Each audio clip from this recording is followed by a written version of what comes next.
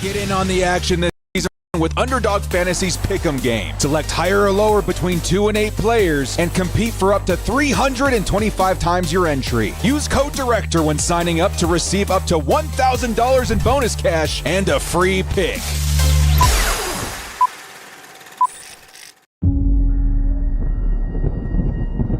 Picture, if you will, the mightiest of storms. A clash of elements that gives birth to chaos. That is the essence of who we are. We are not idle bystanders. We are the storm itself. Fierce and unyielding, raging against any threat that seeks to dominate us. I am the storm. When the sky goes dark, that's when I arrive. Thrive under pressure, I'ma come alive. Staring at adversity right in the eyes. I'ma shine in the shadows even when the stakes are high. Yeah, battle from the bottom and we made a name. Yeah, flooded out the gutters when we brought the rain. Yeah, stood together stronger than an iron chain. Run for cover when you feel the rumble of that thunder bang. In the chaos, I become the calm. Push me out the comfort zone, that's where I belong. Time to light the heavens up when the pressure's on. I'ma stand tall, stand strong. I am the storm. When the world questions how we persevere, how we can possibly withstand the storm before us, we look them dead in the eye and proudly proclaim that we are the storm. Yes, I'm a relentless force of nature, pushing against your walls and making them fall like it was a ball of paper. Buried in talk of all debaters. I'm with the Hall of Famers, yeah, I paid my dues and all the wages. You better make a way, cause I'm ruthless in pursuit of greatness. I never lose the composure to chaos, I am the calm. Push me up out of the comfort zone, that's where I belong. We finna light the heavens up whenever the pressure's on. I'ma stand tall, stand strong. I am the storm.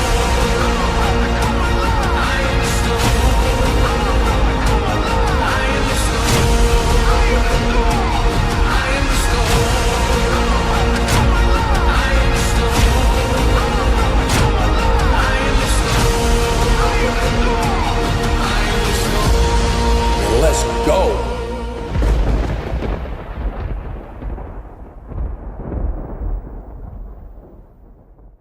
Action. Who's got it better than I?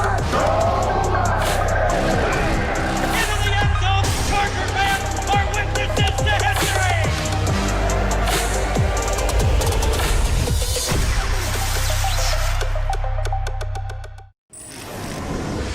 Okay. All right. We're going to start with a Q animation. What's going on, everybody? It's the director. Hey, dudes. Hey, what are we feeling with 8-5 right now, Bolt fam? Honestly, dude, I saw something on Twitter just a second ago that really did make me think, man. Think about this. 1 year ago today, the Chargers fired Coach Brandon Staley and GM Tom Telesco, thus, without us quite knowing quite yet, ushering in the Jim Harbaugh era, is what I said in the tweet. This is one of the darkest times I can remember as a Chargers fan. Little did we know that Harbaugh was on his way. Look how far we've come. That's actually kind of crazy, man. What a season so far the Chargers have been having. First season under new head coach Jim Harbaugh. We are currently 8-5, looking to go 9-5, one step closer to that highly coveted double-digit win season. First year on any head coach. Very impressive. Not to mention how much rebuilding, or to say retooling, has been going on with this roster. Lots of turnover this season. We are out with the old, in with the new.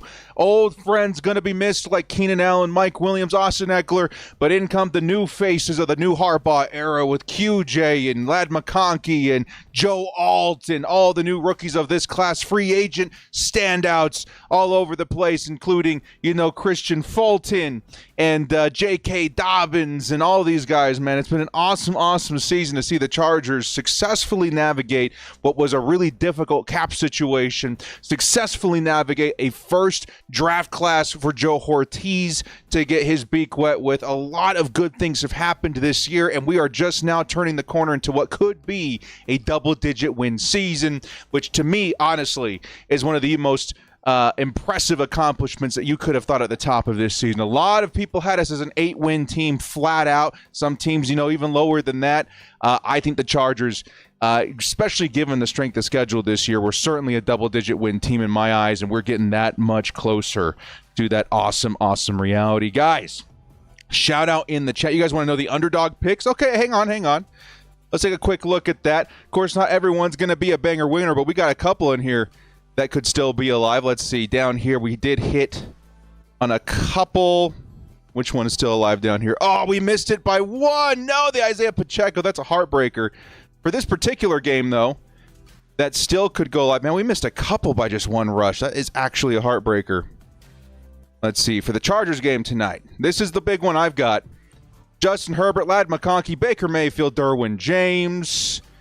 That's just one of them. The other one I have for this game is Herbert, Dicker, and Baker Mayfield. I am certainly high on Baker Mayfield throwing an interception this game. Of course, you guys know he's thrown 2 in each of his last 2 games, accounting for 4 total, as well as taking, I think it was 8 sacks, 4 apiece on the last 2 games. If that remains consistent, I do believe the Chargers defense, which is the first in scoring in the NFL, will force an interception on Baker Mayfield. Should be interesting. Hey, guys, let's get some shout-outs in the chat while we're waiting for the game to kick off here in about 1 minute. We got Hugo, the doorman boss, in the house. Thank you to all the mods in here. I'm sure I see Miguel. Miguel, what's going on? It's my birthday yesterday. 1-year anniversary of the loss of the Raiders that caused Staley to get fired. Yes, sir. Yes, sir. That's the day. We are here living in history, man. Yep, 12 hours ago posted. This is definitely a huge, huge anniversary for the Chargers fandom as we ushered in the Jim Harbaugh era. Hey, real quick, too, shout out to Aaron Adams, 25 months, bolt up, my friend. Thank you so much for the support. We got a $10 holla coming in from Athier. I think I saw a comment of you saying, hey, watch out, we're coming in with a super chat this game. He says, Director, live streams 2 in 1 week. Let's go. Yep, the Sunday night football today. Hey, who's got it better than us? Nobody. Let's win 24-13. Athir, thank you so much, man. $10 holla. I love kicking off the score predictions on that super chat. Guys, follow in Athir's footsteps. Please post your score predictions for this game. I will reserve mine for after you guys have posted for a second. Let me actually look it up. I did have it written down here. Yep, I still have it in my brain. He's got us winning 24-13. What do you guys have in the comment section below? Thank you again so much, Athir, for the $10 holla. 2. Count them, 2 live streams coming in clutch. Just wait till we get that Thursday night game, baby. Oh, dude, 2 really crazy matchups in terms of ups and downs, unpredictability. The Bucs being a sneaky good offense. The Broncos coming up Thursday night football being a very sneaky good defense. I don't know, man. There's a lot to be considered here as the Chargers are going to kick it away in their first in the first quarter here. The Bucs will be taking over, or should say starting on offense to start this game out. Shout out to the 600 in the chat, baby. Let's see some of these score predictions. I'm seeing Saint with 27-18. I'm seeing Kenneth Wood with 24-10. I'm seeing Loud Stalker with 27-9. Footwork with 24-17. Couple more. We got Nightwave with 30-24.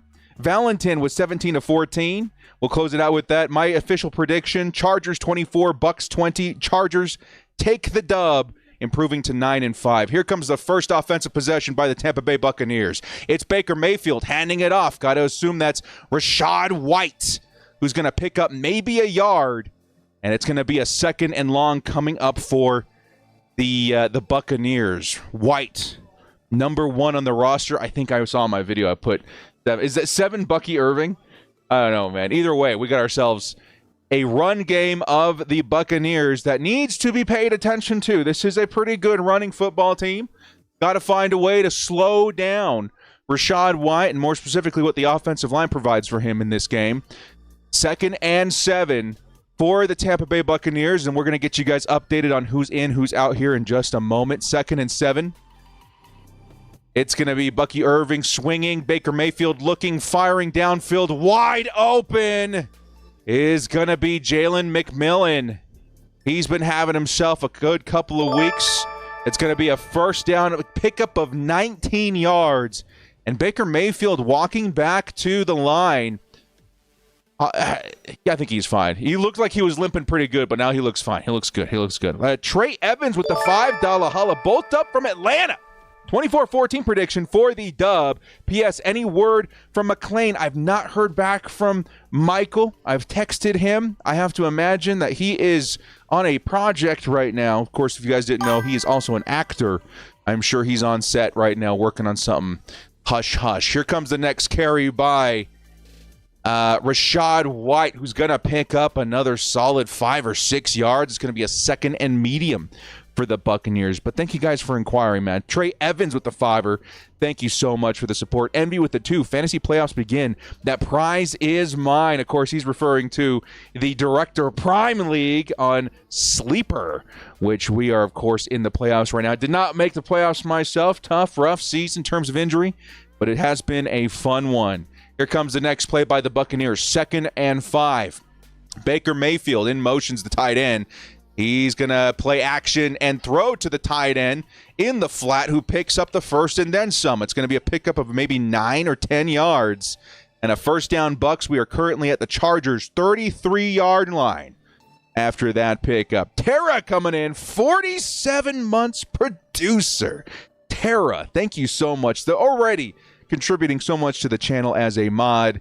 Thank you so much. Truly does mean a lot. She says, I want Bucky on the Chargers. I know. The former Duck, who has been a standout running back for this team, certainly would have looked good in powder blue as well. Let's see if we can slow him down in this one. Next play, 1st and 10. Again, from the Chargers 33, Bucky Irving in at running back. It will be a play action. Baker Mayfield stepping up, fires downfield. It's too far for tight end Cade Otton. And it's going to be a 2nd and 10 coming in. Cade Otton, the tight end, maybe had a step, but it was well overthrown by Baker Mayfield. We got a 2nd and 10 coming up. Burrell Bikes coming in. $2 holla. Watch game on mute. Listen to director. Ayo. Thank you guys so much, man. Appreciate that. Appreciate that. There's a rumor going around that YouTube may be getting behind the idea of fan commentary in the NFL. We'll have to wait and see what they decide to do there, man. 2nd and 10. Chargers defense. It's going to be a pass to Mike Evans, who's going to pick up a couple there. It's going to be 3rd and short coming up for the Buccaneers. 3rd and 4, I should say. 3rd and 4.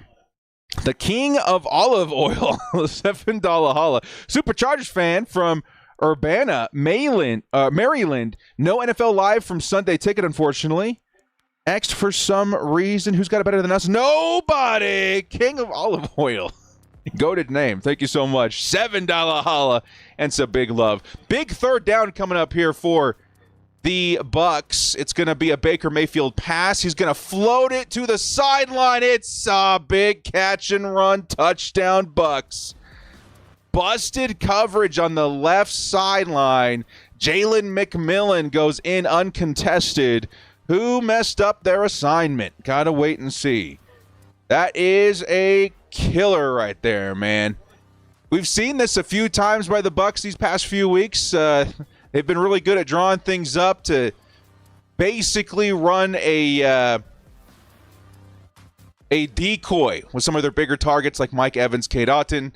And McMillan, unfortunately, finds some space and gets free on the sideline. Touchdown, Bucs. And McMillan, who I think was covered by Cam Hart. Cam Hart was unfortunately bumped. Couldn't stick with McMillan. And that's just a good play designed by the Bucs. Chargers will trail 7-0 here in the first quarter. They'll get their first shot at offense here in just a moment. Did Cade Otton get away with offensive PI? It felt like there was just traffic. You know what I mean? Everyone was up against the line. He got the man moving out of the slot. It just feels like there is just traffic causing a bit of chaos in there, man. That was just It was just Taylor? All right. Either way, pretty much uncontested touchdown for Jalen McMillan.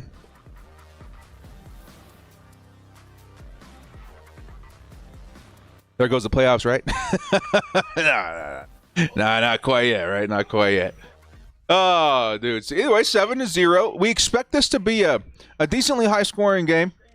Of course, my score prediction of 24-20 certainly does say that, 44 points is pretty high for the Chargers season. It could be higher than that, man. This Bucs offense has sneakily been one of the higher scoring in the NFL the last 4 or 5 weeks. We got to see if the Chargers defense can put up a signature 20 or less score for their opponents. If not, it's going to be up to Justin Herbert in the offense, who does have McConkey back this week, to try and keep up. There's a lot to go in hand with that as well. We're going to get into in just a second. Let's go over here to, let's get Daniel Popper on the screen real quick. Daniel Popper, who do we have in and out? We just looked at the inactives. A full inactives list right here. Perryman still unable. Will Disley not going to be playing this week. You're going to see a lot more Stone Smart. Boygby, Hymus, McFadden, and Easton Stick. Okay, cool. So we do have we do have a Lad McConkey in the game this week. That's going to be pretty important, man. I think the Chargers are going to have to keep up with the Bucs offense, which, again, I think is sneakily very efficient. McConkey, who would have been an awesome, awesome player to have in the field last week, should be a contributing factor this week, and hopefully it helps us with our underdog line today, man. That would be pretty sick. That'd be pretty sick. Got to get the offense rolling early, too. Yeah, I like that, Red. Got to answer quickly. Would like to know that the Chargers defense will get another shot sooner rather than later. You have to imagine they're going to make some plays today, too. And the Bucs, man, the Bucs, as good on offense as they have been, Baker Mayfield has been kind of up and down, and that's where I think the Chargers can knife their way in to an advantage here. Constellation Pegasus with a simple hello. Thank you so much, Pegasus, big supporter of the channel. Comes in with a $20 holla. Give us some love to Pegasus in the comments there, man. Thank you so much for the continued support. Pegasus, the heart of the cards, Pegasus. Appreciate that so much, man. Thank you. Thank you. Here comes the kickoff, and the Chargers will be taking this from the 30-yard line. Thank you so much, Constellation Pegasus. I appreciate that. The Chargers' way to knife their way into a advantage, I do believe, lies in the pass rush. Baker Mayfield's been taking a whole lot of sacks the last couple of weeks. I think he's about to take more this week versus the Chargers. And if that can force a bad throw here or there, Chargers, I think, are very well in place for at least one interception forced against Baker Mayfield. And that could be a huge, huge swing in the game this week. Here comes 1st and 10 for the offense. It's a play action. Nice. First catch. Lad McConkey. Everyone wondering if he's healthy. Well, guess what? Right out the gate, runs a quick out, picks up 7 yards, and a 2nd and short coming up. Apologize, guys. Hang on.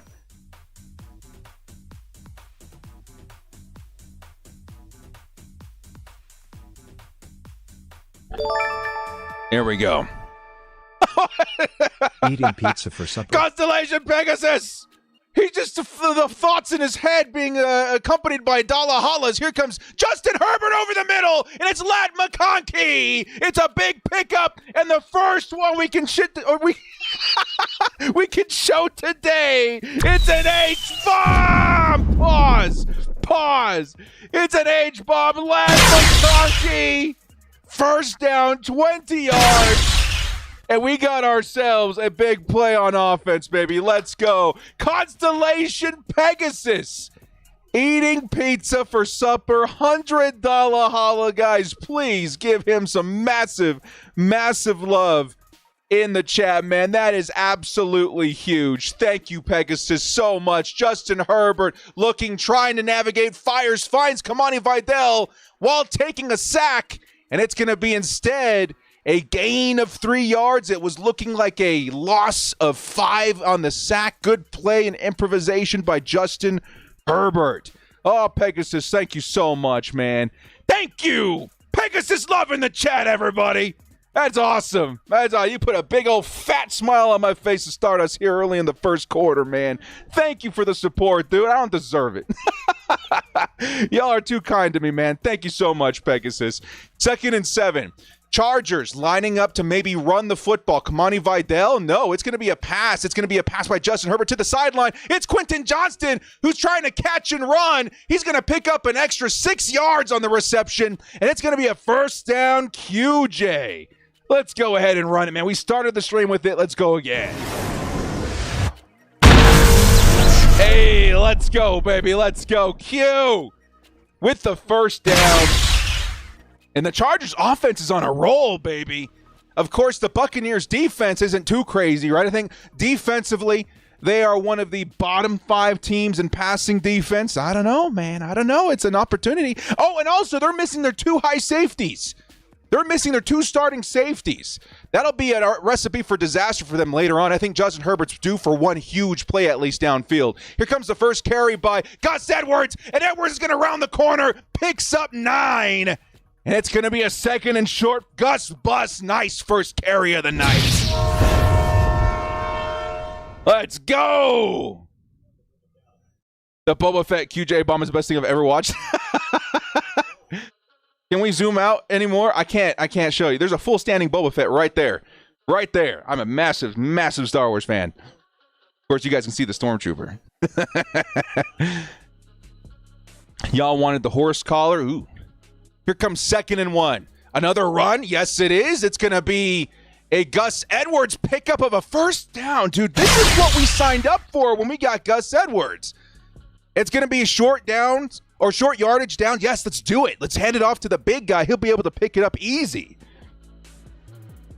Love that. Gus Edwards off to a good start. Lad McConkey looking good with 2 receptions already. Offense is looking nice. Now we got to capitalize on it. Let's punch it in for 6 and answer quickly. Here comes another what looks like to be run down for the Chargers. It's Kamani Vidal in at running back. It's Justin Herbert. Steps back, play action. He's looking, fires middle of the field, finds Kamani, but it's going to be incomplete. 2nd and long coming up.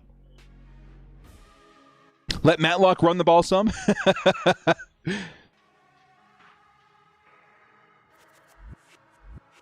The Bucs defensively challenged. I will say their run defense isn't half bad. They are a middle of the pack run defense. Their pass defense is definitely not good.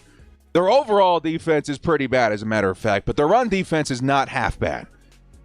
Let's see if we want to be leaning on Lad McConkey, Josh Palmer, who we'll have to wait and see. Here comes the run by Gus Edwards. He's going to get back to the line. It's a 3rd and long all of a sudden. 3rd and long.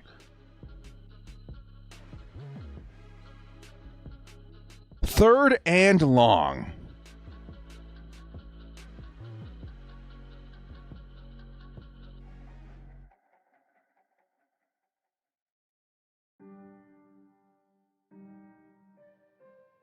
Chargers now, where are we? The 30 or the 22-yard line. 3rd and long. Can Justin Herbert convert? Look for Lad McConkey here.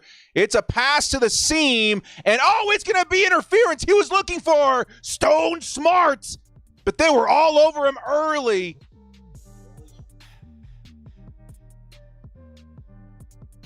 Christian Izien, the backup safety, which, of course, we talked about this being a thing this week. Pass interference, defense. Chargers are going to get themselves a PI, first down in the red zone, and here we go. We talked a lot about in the game preview video the 2 starting safeties of the Tampa Bay Buccaneers, both out and both very good players, highlighted by Antoine Winfield. Antoine Winfield, one of the better safeties in the NFL. He is not playing this week, so Justin Herbert is likely going to be picking on those high safeties all game long. Here comes another pass in the direction of Quentin Johnston to the left side. It's going to be incomplete. 2nd and 10. 2nd and 10. Lots of blitzing so far by the Tampa Bay Buccaneers. These guys sending everything at Justin Herbert, not allowing a lot of time to pass. I think that's kind of the game plan this week. You don't want to give him too much time to pick on those safeties. Pick on an already struggling defense versus the pass. They're going to have to force Justin Herbert to get rid of it early. Oh, there's a jump by the Bucs. Free play? No, they're going to whistle it dead. It may even be a false start. Let's see what we got. Encroachment. I would have loved they let that stand or let that play out. Instead, though, it's still a nice yardage. 2nd and 5 for the Chargers. Puts a Gus Edwards run back on the table. Bo Nix intercepted. Colts 7, Broncos 0. Let's go. Let's go Colts this week. Why did they whistle it dead? I don't know, man. You see it. You see it play out for a lot of quarterbacks in the league. Sometimes Justin, but not as often as you would like to see. 2nd and 5. In motion, McConkey to the top of the screen. Justin Herbert, he's going to be looking, has to escape the pocket. He's running, fires on the run, in the end zone. Is it Ladd? Oh! Oh! Touchdown! Chargers! Ladd McConkey holds on, and the Bolts answer right away. Welcome back, Lightning Ladd. Let's go!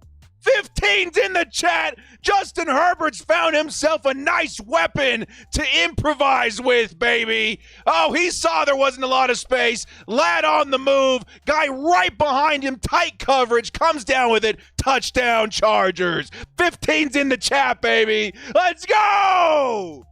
Woo! Nice play, Lightning. Nice play. Oh, that was beautiful. That was beautiful. That was as good of a touchdown catch as you'll see out here, man. There was a guy literally on his tail, and Ladd is absolutely fired up on the sideline, man. Let's go, Ladd. That is awesome. That is awesome, dude. He's been so good this season. This has been a dream come true, pick to reality for me this year.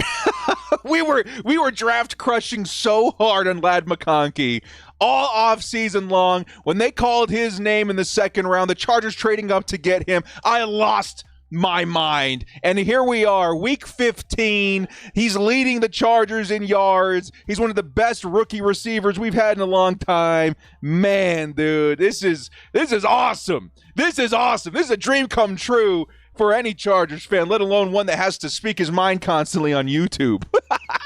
It's been one of those years, baby. Hey, Constellation Pegasus! I still remember coming right hit back with the another $100. Are you kidding me, man? One like that. One hit straight back into the turf. Pegasus! Yo! Oh my God! Pegasus, dude! That's already 2 today, man. Happy freaking holidays, man. Merry Christmas and Happy New Year's and all the things, man. Thank you so much. That's insane. He says, I still remember that hit against the Buccaneers in the Coryell era.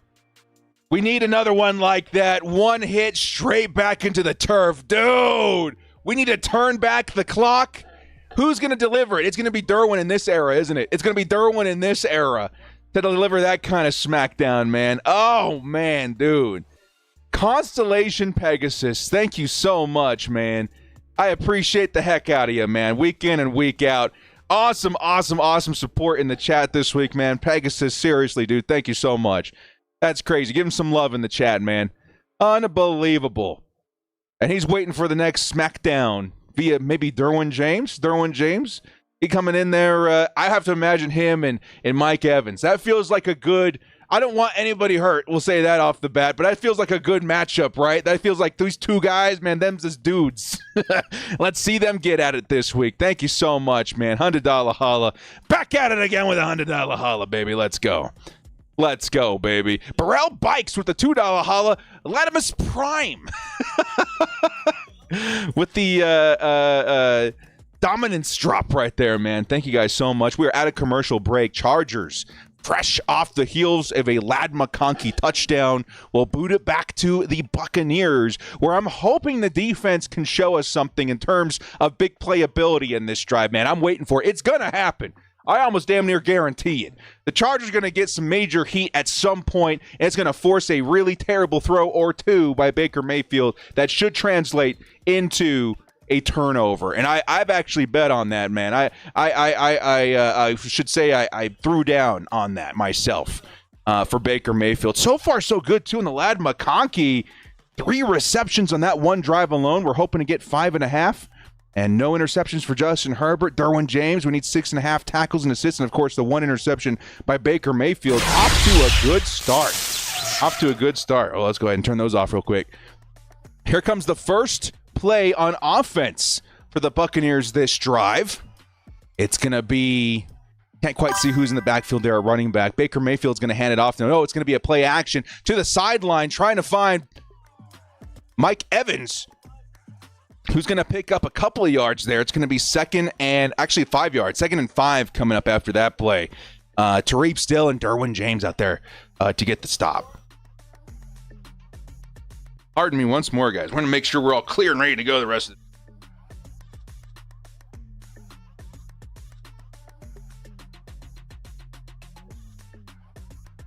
I pray to God that we're not coming down with something right before I go out of town again.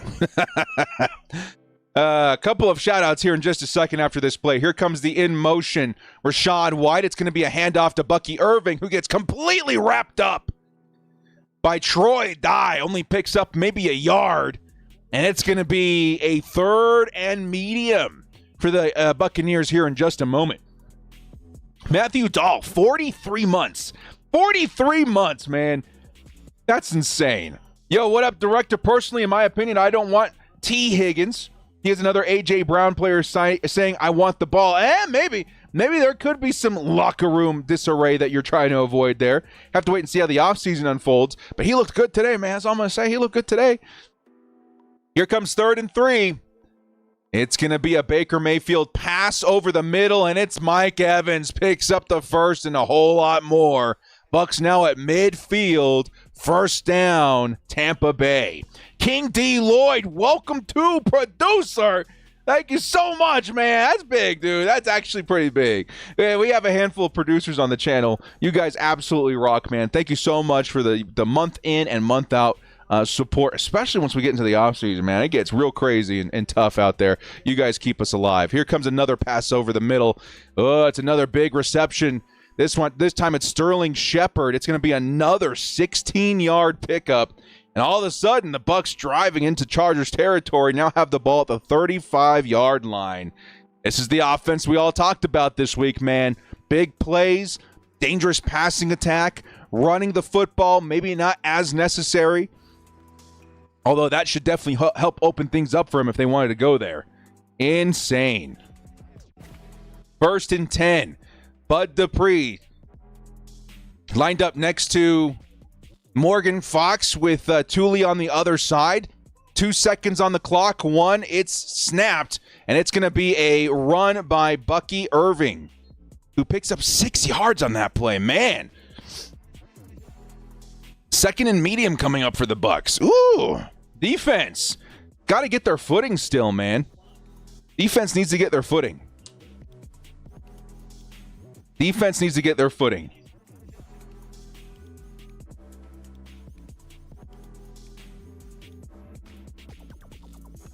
So far, the Buccaneers find a very good tempo. They've been sticking with it. Chargers now on defense, 2nd and 4. Can they make a play? It's Thule and Bud on the edge. See if somebody can make a play. It's Baker Mayfield looking, fires. He's going to find number 15 for another 1st down, Bucs. But there is a flag on the field. It's on the Bucs.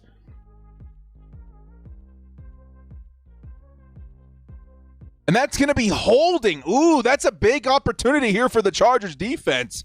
Pushes them back 10. It's a 2nd and 14, just like that.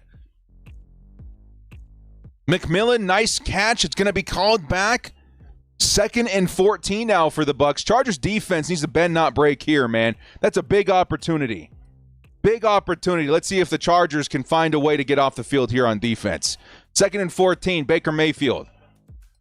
looking to pass. It is a draw run, and instead it's going to be up the middle. They're looking for Bucky Irving, who's going to get 2 yards maybe, and just like that, a 3rd and 12 in front of Tampa Bay here at the Chargers' 37-yard line. That's a nice stop by Poona Ford. An awesome free agent acquisition for the Chargers this season. Dude kind of reminds me a little bit about maybe even a better situation like Linval Joseph from the Vikings back in the day. He came in and he had himself a nice little stretch of years with the Chargers. Poona, man, he looks resurrected here. And we got ourselves some gifted memberships. We'll hit that just in a second. Baker Mayfield looking, fires middle of the field. He's going to find McMillan again. And that's going to be a first down Bucs on a 3rd and 12. It's a reception of 21 yards. And Baker is slinging it early. Oh, man. That is a heartbreaker.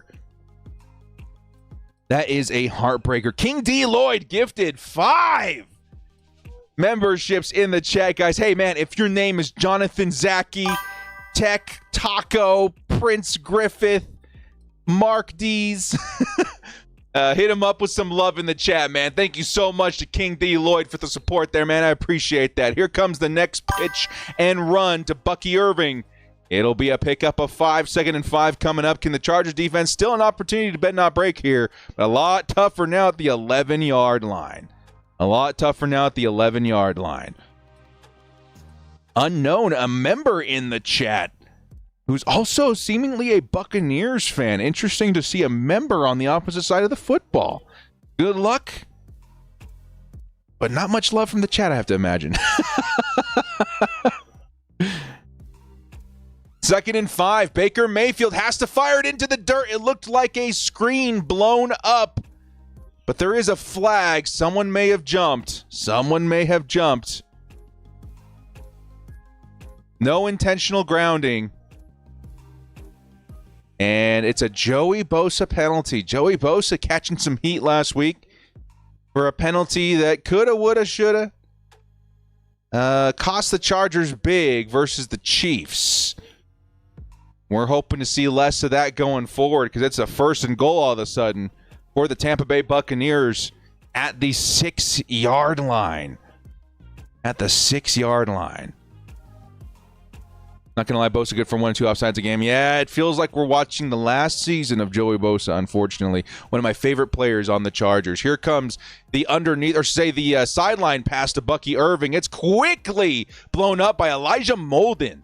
Another notable offseason acquisition by Joe Ortiz, who's been an awesome navigator of the roster so far. Nice play by Molden. They had 3 receivers blocking for the swung running back on the left side. It's going to be now the end of the first quarter. Chargers, Bucs are tied. We'll see if the Chargers defense can bend not break here as we get going into the second quarter here momentarily. Yeah, let's bend not break. We need that. We need that pretty big. It's going to be a long night of this, man. This Buccaneers offense has been very, very good these last 5 weeks or so. Chargers defense, who's been the best defense in the league, is also showing struggle here. So we'll have to see how they can adjust into the second quarter. And what's nice is that you see as Chargers fans this season specifically, the adjustments are made, whether it's between quarters, more specifically after the first half. I do have to believe that the Chargers figure out a way to get to Baker Mayfield because that's something that I think is going to help win us the game. Getting to Baker Mayfield is massive. Forcing an interception, racking up the sacks, putting on the heat. I think that is the key to success this week for the Chargers.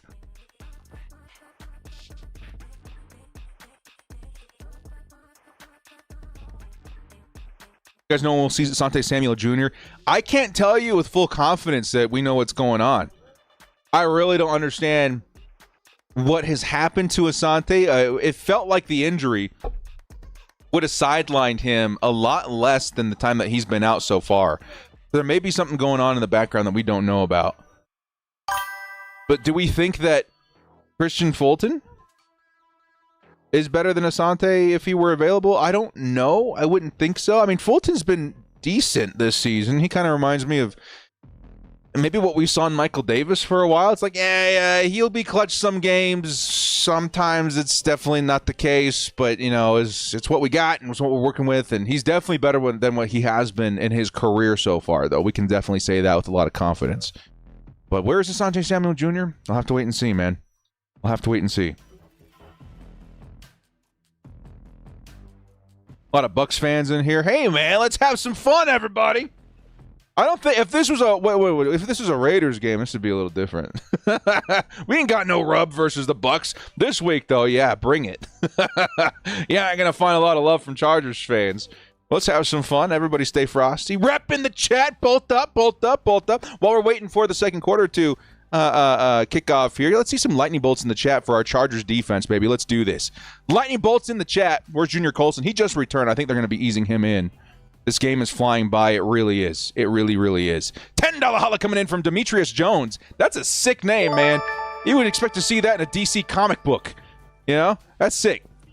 He says, would you say it's too inexcusable for Joey to have these offside penalties still head scratching? Yeah, for a veteran especially of his caliber, you can't do that. And as much as I love and defend Joey Bosa, I can't defend those penalties. I just can't. That's something you can't do. Big love, though, man. $10 holla. Here comes the next play by the Bucs offense. It's a handoff to Rachaad White, who's trying to round the corner. Oh, what a tackle. Dude, Christian Fulton, his ears were burning, and he tackled the crap out of Rachaad White. And that's going to be a loss of a yard. 3rd and goal coming up. Dude, Fulton. That was a tackle if I've ever seen one, man. Gets the big man down on the ground. Oh, that's nice. That's nice. More of a trip up. Looked better from another angle, but still. Let's go, Fulton, man.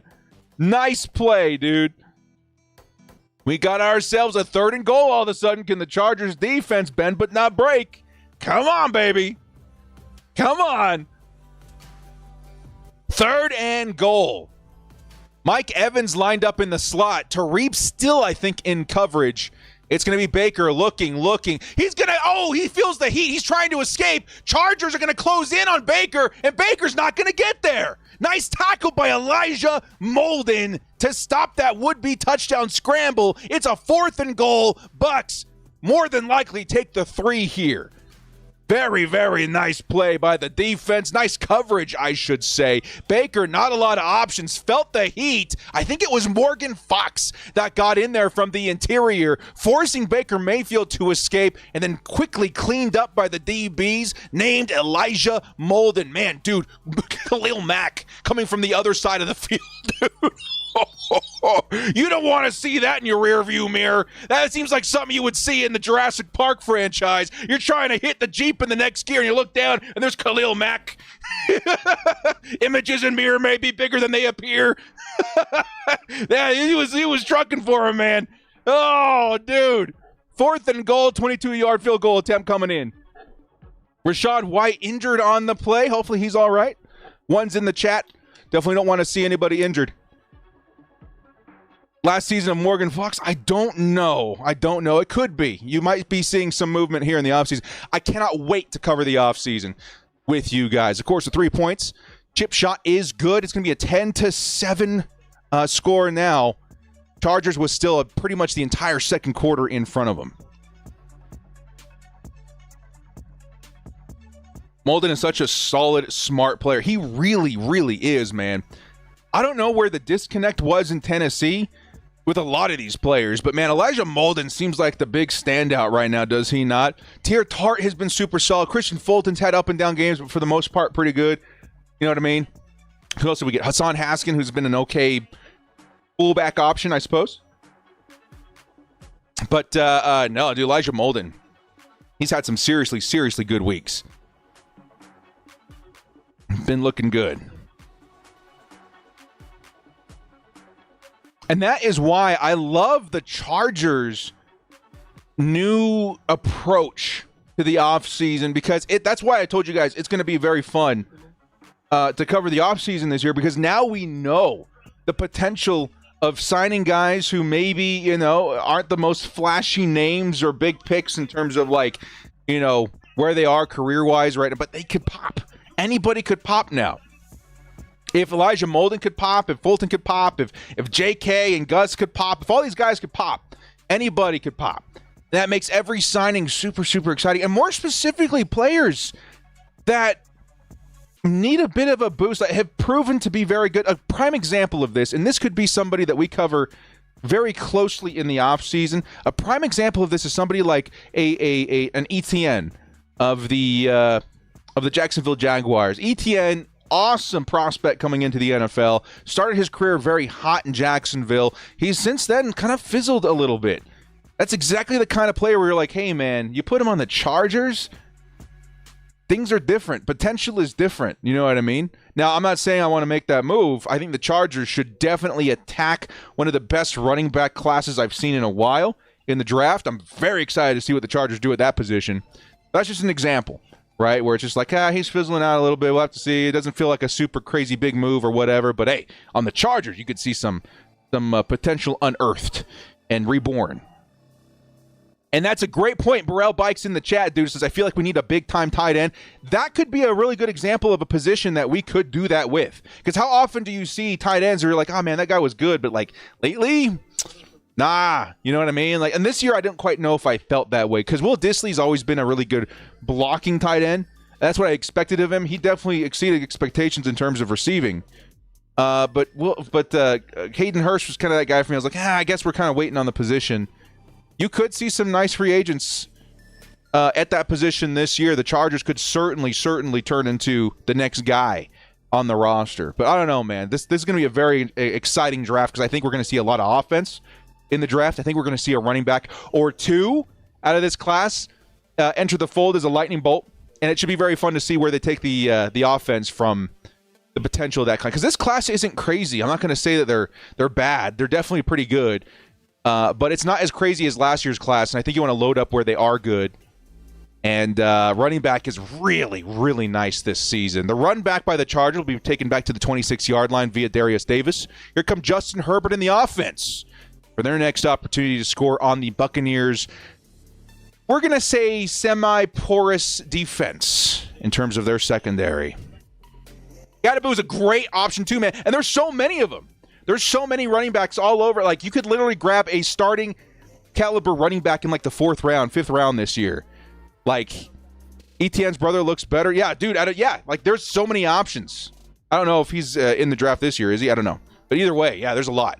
Justin Herbert, he's going to fire over the middle, finds his big target, Fisk, the tight end, who picks up, man, like a solid 7 yards or so. It's going to be a 2nd and medium coming up. I would say that we are very heavy contenders for Colston Loveland as well, who's probably going to be projected in and around where our pick is, right? Tight end. You seem to see some of the better ones taken in and around the mid-20s. I feel like that's where the Chargers are going to be drafting from this year. Hopefully the very late 20s, right? Hopefully 32. But I would expect the Chargers certainly not shy about taking a future tight end, Colston Loveland. I wouldn't even be shocked if they took a running back, if someone like Ash Genty was available. Backstepping is Justin Herbert, fires middle of the field. Oh, what a catch! Lad McConkey! Dude! Oh, man! That's one of those Madden animation catches where you spin around, you secure it, you go down to the ground. Oh, beautiful. And there's a little extra on top there at the end. You could have called it for roughing the passer. They're going to go uncalled, but don't need it because Lad McConkey just popped another big H-bomb for the offense, man. Dude, Lad has been such a freaking grand slam hit for this offense in the draft, dude. Here comes I-form. It's Kamani Vidal at running back. He will take the carry. Vidal, following his blockers, picks up a couple of yards. It'll be 2nd and 8 coming up. Oh, Lad. So great. So great.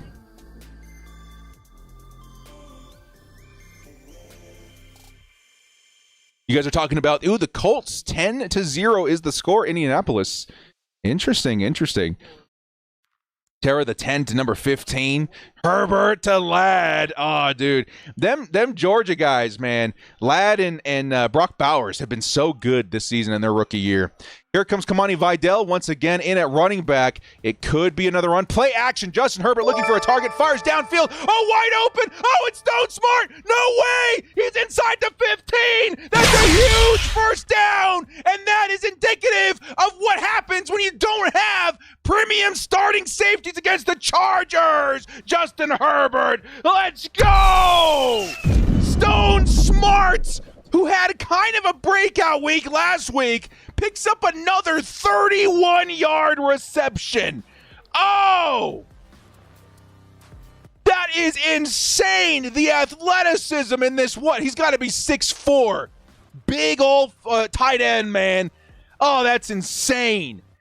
Here comes the next play, another play action. Herbert's got to run. There's pressure on him, and oh, he's going to take the full sack. And it's going to be a huge loss of yards, man. Oh, it's a -10 on the play. They wrapped around his ankle. He did not seem to like that one bit. 2nd and 21 coming up. Ugh. Got to be careful. That was the great Levante David, one of the best Bucs you'll see at linebacker. Here comes Justin Herbert. Maybe a free play. It's going to be Kamani Vidal in the flat. He'll pick up 10 maybe. It'll be 3rd and long coming up, depending on what the flag is.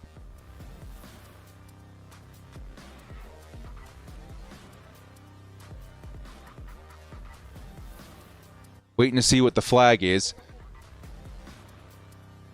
Illegal formation. It's a 5-yard penalty, pushing us back to a 2nd and 26. What do you guys want to do here? Go for broke? Try and hit Ladd on a 20-yard bomb? Sneak a QJ slant over the middle? So let's do that concept, right? Let's get Ladd in the slot, push everyone downfield, and hit QJ over the middle. See if he can generate some yards for an easier 3rd down, I suppose. I don't know. They're pushed way back. Still in field goal range, but would love to see some chunk yardage here. It's going to be Justin Herbert.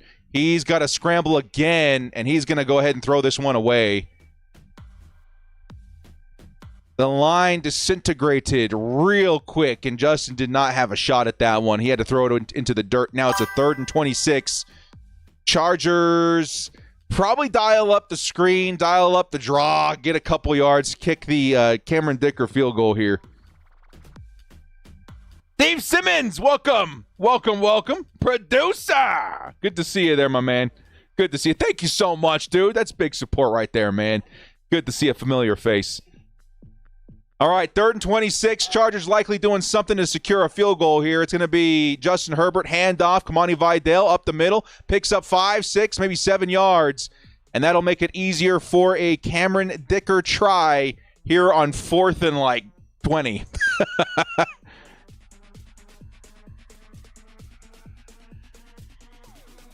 Long field goal ain't automatic. Oh, no. Nothing's automatic, especially in this thing. But, we got Cameron Dicker, one of the best kickers in the NFL. Knock on wood, hopefully.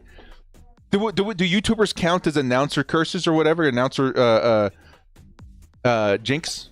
I'm going to knock on wood and all the things, cross the fingers and the toes. Cameron Dicker, 41-yard attempt.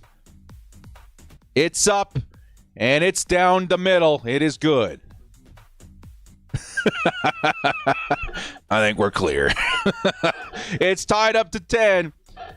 9.5 minutes left in this quarter. Not a lot of time off the clock on that one. Maybe 4 or 5 minutes? And we got a whole lot of... Oh, wait a minute. It just updated. 8.5 minutes now. Whole lot of time still, though, in the 4th quarter.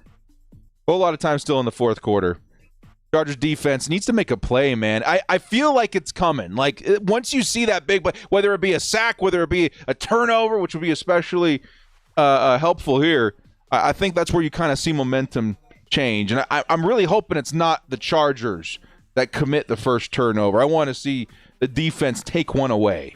You know what I mean? Dicker is the kicker, yeah.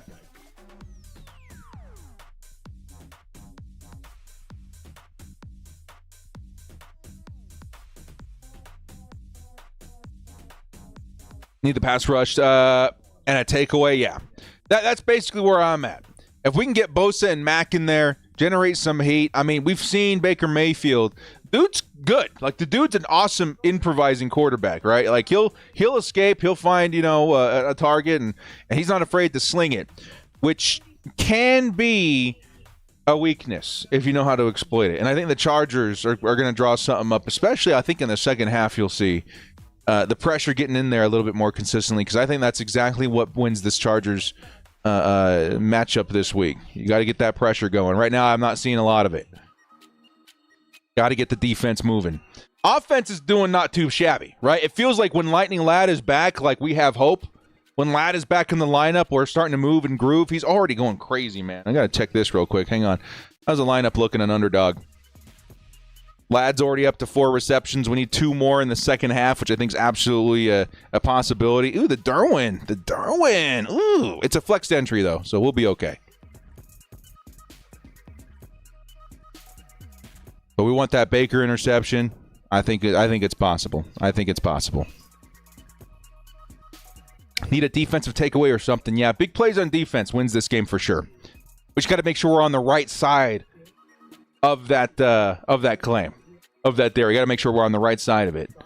Play clean football offensively and try and get aggressive defensively. Oh, man, we got another stream Thursday night, don't we? I got to figure out what I'm doing in terms of schedule. We do our post-game video tomorrow, and then honestly, dude, we may need to shove the preview video to Tuesday. Ugh. Wednesday seems a little late, doesn't it? I don't know. We'll think about it. Maybe we'll do the Bleacher Report reaction tonight, and then maybe tomorrow I'll do the game preview for the Broncos. Because it feels like that game's sneaking in real quick, doesn't it? Honey, with the pound 50 with the banana. Thank you so much. Appreciate that. Big love. Thank you. Steve Simmons, 46 months. What's up, baby? Colson or Warren at tight end, unless Janty is there. If not, take Scattaboo later. Yeah, that's the beauty of it, is that you could get a generational player in Ashton Janty in the first round, or you could get a really, really good player in rounds 2 and beyond at running back. So, I mean, there's really no, rush at this point. Although I think we all pull the trigger on Janty, do we not? I think we do. Chase with the gifted membership. Thank you so much. Here comes Baker Mayfield looking fire, middle of the field. It's intercepted. Let's go. That's what we're talking about, baby. It's Tarheeb Still. Another interception for the rookie. Oh, the worm has turned, and Baker throws this first interception of the game. That's what I'm talking about. We got a gem in Tarheeb Still. Still the steal of the draft. 5th round DB is going to be leading the league in rookie picks in the 2024 season. Oh, 29's in the chat, baby. Woo! Heeb Island, man. Oh, what do we have here, Bolt fam? What do we have here in Tarheeb Still? This is a madman playing DB, dude. They just interviewed him at the Bolt this week. He wanted to make a big impact, and here he is.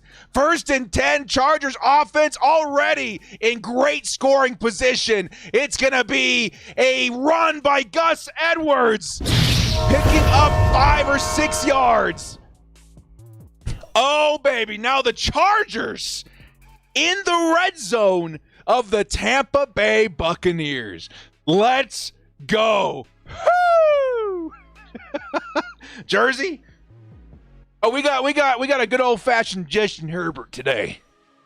We're all old-fashioned Justin Herbert today, for those of you guys wondering. Dude, Tarheeb Still has been unbelievably good for the Chargers this season. Here's Justin Herbert. No running back on the play. Steps back, fires immediately over the middle of the field. Guess who? It's Stone Smart, who picks up another Chargers first down. We are now 1st and 10 at the Tampa Bay 13-yard line. Oh, my goodness. Oh, my goodness. Tarheeb Still, dude. I can't. That's insane. Long sleeve, nice. Actually, not long sleeve. It's a jersey on top of. You guys want to see something nice? You want me to lift my shirt up? Woo! We're bolted all over, baby. Don't ask me where underneath. It's 1st and 10. Quick hitter to Quentin Johnston, who's into the end zone. Touchdown, Chargers! Quentin Johnston! 8 touchdowns for QJ in his follow-up season. Oh, my goodness, Q. Oh, my goodness, Q. The redemption season continues. He gets hit on a quick hitch, runs straight through 2 defenders. Just like that, the Bolts are up 17-10. Let's go, QJ, baby. Woo! Yes, sir. Yes, sir. Oh, my goodness. Let's go. Raptor King, I see your comment, man. Thank you. That does mean a tremendous amount. Thank you so much. Dude, what a moment. What a sequence of events for Chargers fans, man. The Tarheeb Still interception. Then here comes Quentin Johnston, who's having himself a nice bounce-back season for a quick hitting touchdown. Chargers up 17-10. Let's go. Let's go. Tim Deed with the 2. Tim, I see you. Mr. Still, your ball. Let's go, Q. Let's go, Q, baby. Oh, what a sequence for the Chargers, man. That was great. And that's exactly what QJ is designed to do. Get him the ball underneath. His yards after the catch are awesome. His yards after contact are awesome. And the Chargers are using him so much better this season than the entirety of the Brandon Staley experiment last year with QJ, man. Oh, it's so beautiful to see everybody working in sync and working to their strengths, and just it feels like that's why you see potential brought up in players on this roster. The coaching is A+. Let's go. Let's go. Oh. Now we got to get a Still jersey. I think we have to think about it. That's insane, man. Chargers take the lead. We're now looking at a 10-17 score with 7 minutes left in the second. And this is exactly what I was talking about the entire time. Be on the right side of the turnovers, and I think you're going to grab the win here. And the Chargers do just that, man. And the opportunity to capitalize on a turnover is much improved versus this particular opponent who's missing their starting 2 high safeties, who's already like ranked 20-something. Like I think it's 28th in the league in pass defense. Like this is what I'm talking about. You generate turnovers, you're in prime position to score and start pushing some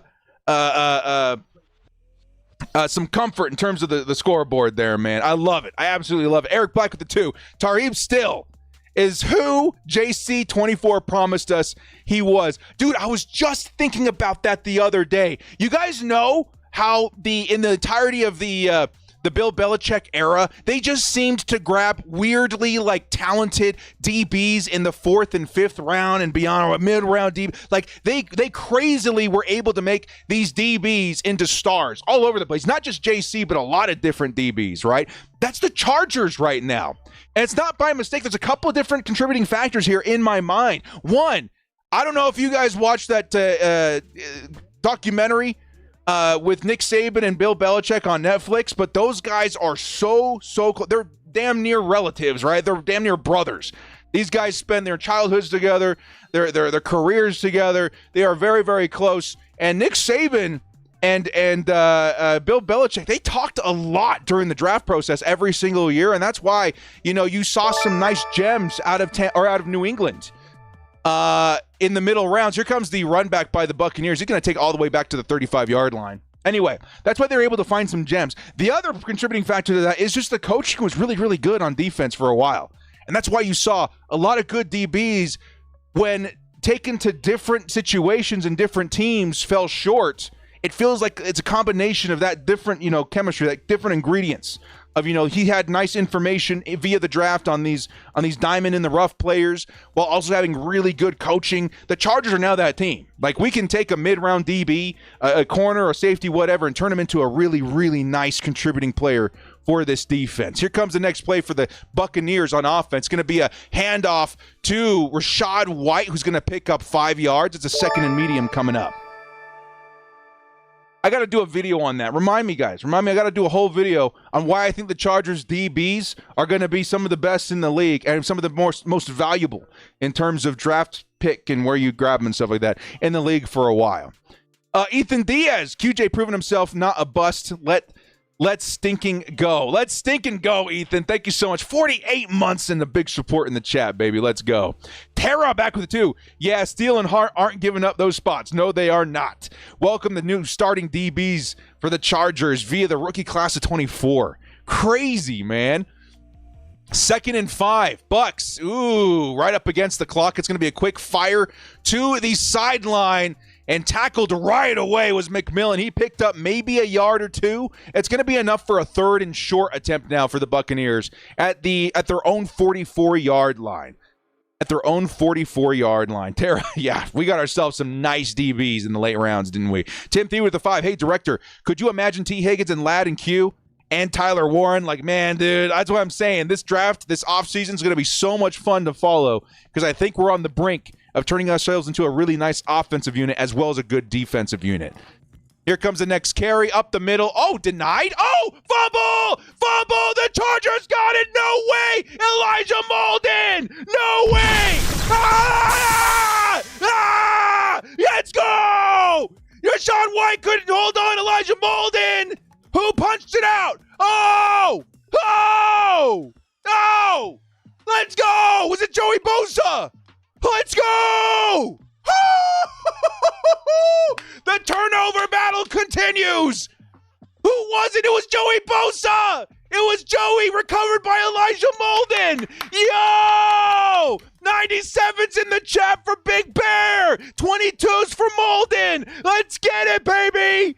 Chargers back on offense at the Tampa Bay 44. Let's go! Woo! Oh, my goodness. Rattlesnake Jake, 23 months. Hugo had an awesome idea. Okay, we'll go find. Hey, dude, Rattlesnake, thank you so much for hitting us with that on the 23 months, man. It says, director, we need a short, still Dre sound clip when Tarheeb gets a pick. I see you. I'm going to copy that onto my notes right now. There's Hugo. We'll see if we can clear that, huh? This has been an awesome second half, or I should say second quarter of football, man. Hey, dude, Hugo, thank you for that. And thank you, Rattlesnake, for pointing that out, dude. Dude, what an awesome sequence. Joey Bosa, yeah, he's probably good for a couple of encroachments, offsides a game, but, dude, he'll make up for it with a sack or hopefully even a turnover at some point, too.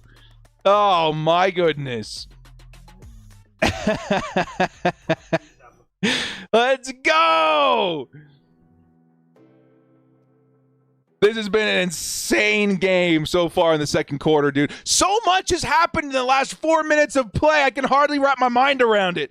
Chargers defense is going insane. Interception, touchdown, followed by forced fumble, Joey Bosa. Let's see Justin Herbert and the offense get back out there, man. Still, I love it, man. I love it.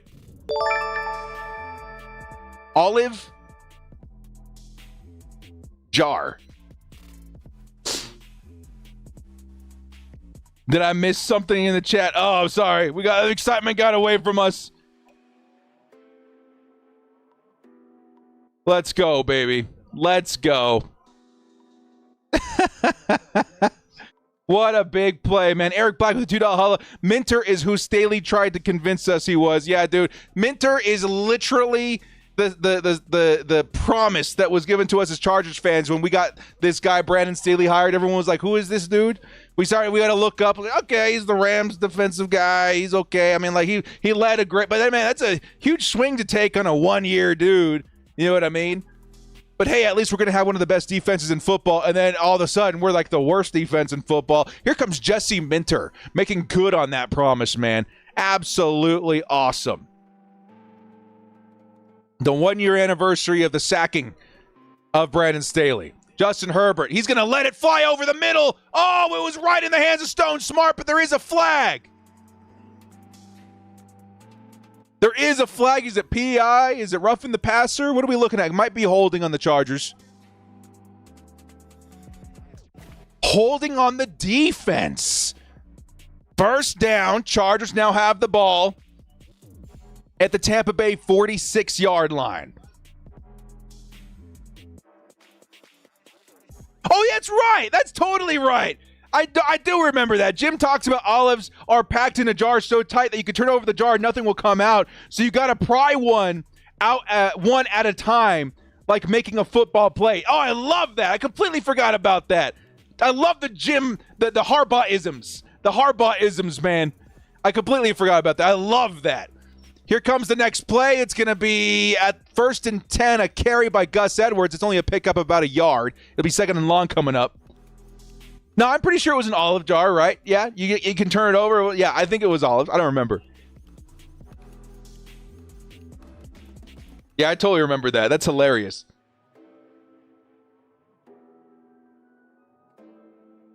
He's a South Pole elf. I hope you're talking about me. And I hope you think I'm like 4 feet tall. I want that. I want that brand.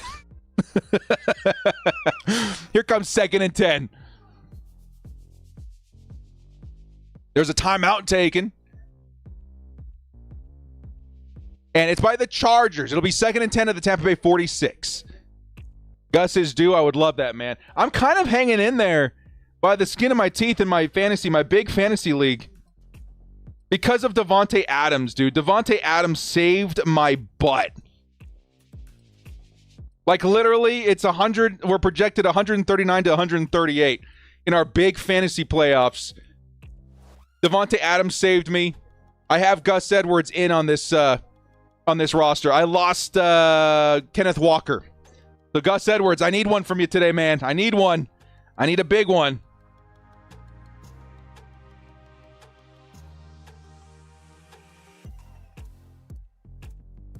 It sucks that we can't be the running team that we want to be. Dude, I'm telling you guys, just please, subscribe and bell icon and all that kind of stuff. The off-season content is going to be so awesome for those of you guys that want to be that running football team that we thought we were going to be at the top of the season. This draft class is so flipping good. Just wait until we see all the fits with the Chargers and where you can get them. Tim Theed with the 2. He's an angry elf. Happy holidays, brother. Here comes the Herbert pass. It's incomplete. Might be a bit of a miscommunication there. 3rd and 10 coming up. Chargers, you got to capitalize on this, man. Got to find a way to convert here. Got to do it. Chris Andrews, thank you so much for the kind comments there, man. I appreciate that. Thank you. Y'all are too kind. Yeah, we got to capitalize with points. Got to do it. Got to find points. We're talking about the negative commenter. Got it. I would love that brand, though, man. I would do it. We'll completely rebrand the channel. Just for the holidays, the Angry Elf Chargers. Here comes 3rd and 10. It's Herbert. Oh, he found Stone Smart on the sideline, but it's definitely short of the first down and short of what could be a Dicker field goal try. Likely got to see a punt here. Unless, I mean, you're feeling frosty. You feeling frosty? What do you guys think?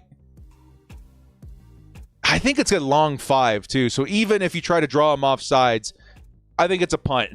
I think even if you try and draw him off sides, you would still be short of the first down. So I think it's a punt. Yeah, it's a 4th and 6. Yeah, I think it's a punt. Jose with the 2. Build up our interior offensive line first, and then we can run. Oh, that's a big point to be made right there, too. Chargers center and guard need work. Big time. Are we faking it? What's up with the late substitutions? 4th and 6. Get out of the way, ref.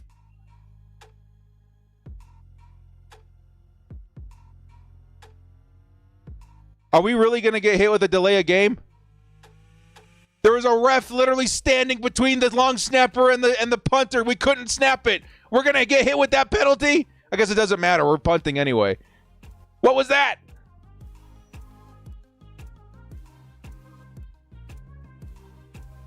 The offensive line class this year, too, is a little tricky as well. I'm going to say that if we attack the interior of the offensive line, I think we got to go via free agency. You could probably find some nice value. The Chargers are going to be the team to do it, right? But it's definitely interesting. Here comes the punt by Scott. And it's up. Ooh, nice hang time. Nice. Oh, It's a little too far. And the way that Jasir Taylor was positioning himself inside the 5, I was like, holy crap, this is going to be it. And then it lands at the back of the end zone. I was like, oh, okay. Now, okay, whatever. Could be better. Tampa Bay will take over at the 20.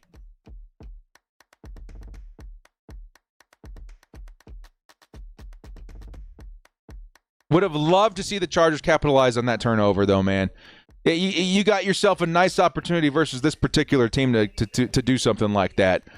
But still, 10-17. Would love to see the Chargers get one more shot at offense, right? Because you're going to see the Tampa Bay Buccaneers slinging it. Maybe we find ourselves another turnover opportunity. That would be insane.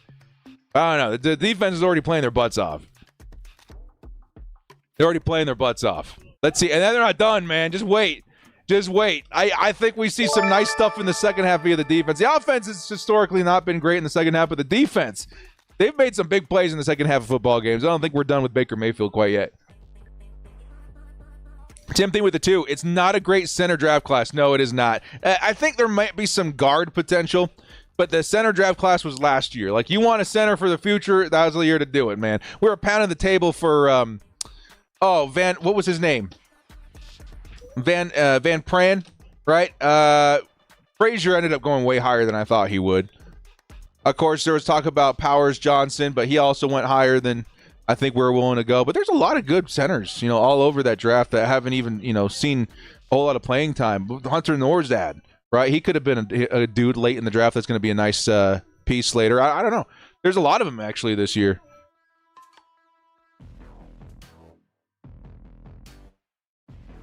Was that the Georgia center? Was it Van Pran? Was that his? I liked him a lot. I remember thinking, man, that could be a dude. I don't know how he's doing now, but isn't the center from Oregon supposed to be great? That is a question for our resident Tara. I know Tara likes one of the guards a lot. I don't know what the center looks like or if he's going to be declaring. Ohio State? Okay. They have a good guard. Yeah, that's what she's been saying. Free agency will be the way to go. Bosa, Mac probably gone. I think there's a chance Mac comes back. Bosa, I don't know, man. I think the injury stuff is definitely gonna dictate what they do there. Offensive line, though, I do think that maybe we look for another center and guard at some point. Where is Trey Pipkins on his contract? Is this the last year, or is it the year next? I don't remember. 10 from Penn State is yeah, he's crazy. Warren. 1st and 10. It's going to be a Bucky Irving carry for 5, but there is a flag thrown. That could be a big holding penalty. Joey Bosa's looking at the camera.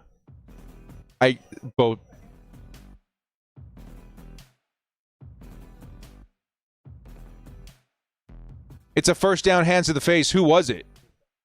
It was Cam Hart. Wait. Yeah, it was Cam Hart. Sorry. The way Joey Bosa was looking at the camera, like he literally, like his head slid into frame, like. I was like, oh, crap. It was Cam. Sounds good, Hugo. Say your mom's hi. 1st and 10. Baker finds his guy, Mike Evans. There's 3 minutes on the clock. They are now at the 38-yard line. It's going to be a 2nd and short coming up.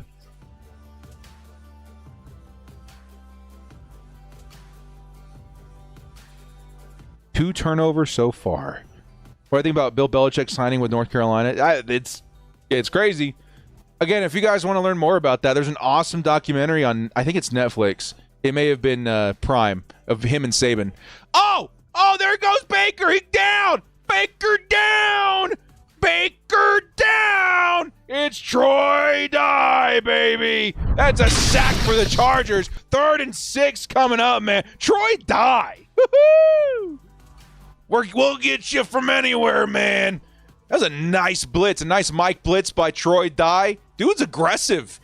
Quickly cleaned up as well. He was trying to escape the pocket, but Derwin James was waiting for him on the other side. Yeah, you're going nowhere, Baker. 3rd and 6. Here we go. Baker's a tough quarterback to stop in this situation. It's a 2-minute warning, so he's on the sideline right now talking with his coach. Can the Chargers get a stop here, man? This is what I'm talking about, man. There's still an opportunity to get the ball back with 2 minutes left and 2 timeouts. Let's see if we can make it happen. Tough assignment, like really, really tough ask. The Bucs, I think, have one of the highest third down conversion rates in the NFL right now over the span of the last, 5 weeks or so. They're a tough team to stop on third down, but if we can do it here, I mean, dude. Oh, man. Yeah, let's do it. That'd be a big opportunity for the Chargers to capitalize on what should have been points in the last drive. Hey, anybody seen that new Christmas movie with Chris Evans? I saw it was on on Prime like yesterday. I was like, didn't that just come out like a day ago? What's it doing here? Is it that bad? Is that awful? Because the family and I are looking for some new material. It's been a while of the same Christmas movies.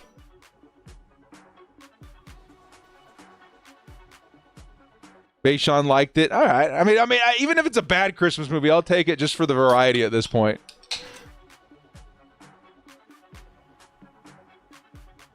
We stretched to this year after seeing, I think we had been through The Grinch at least twice at that point. I was like, we got to do something.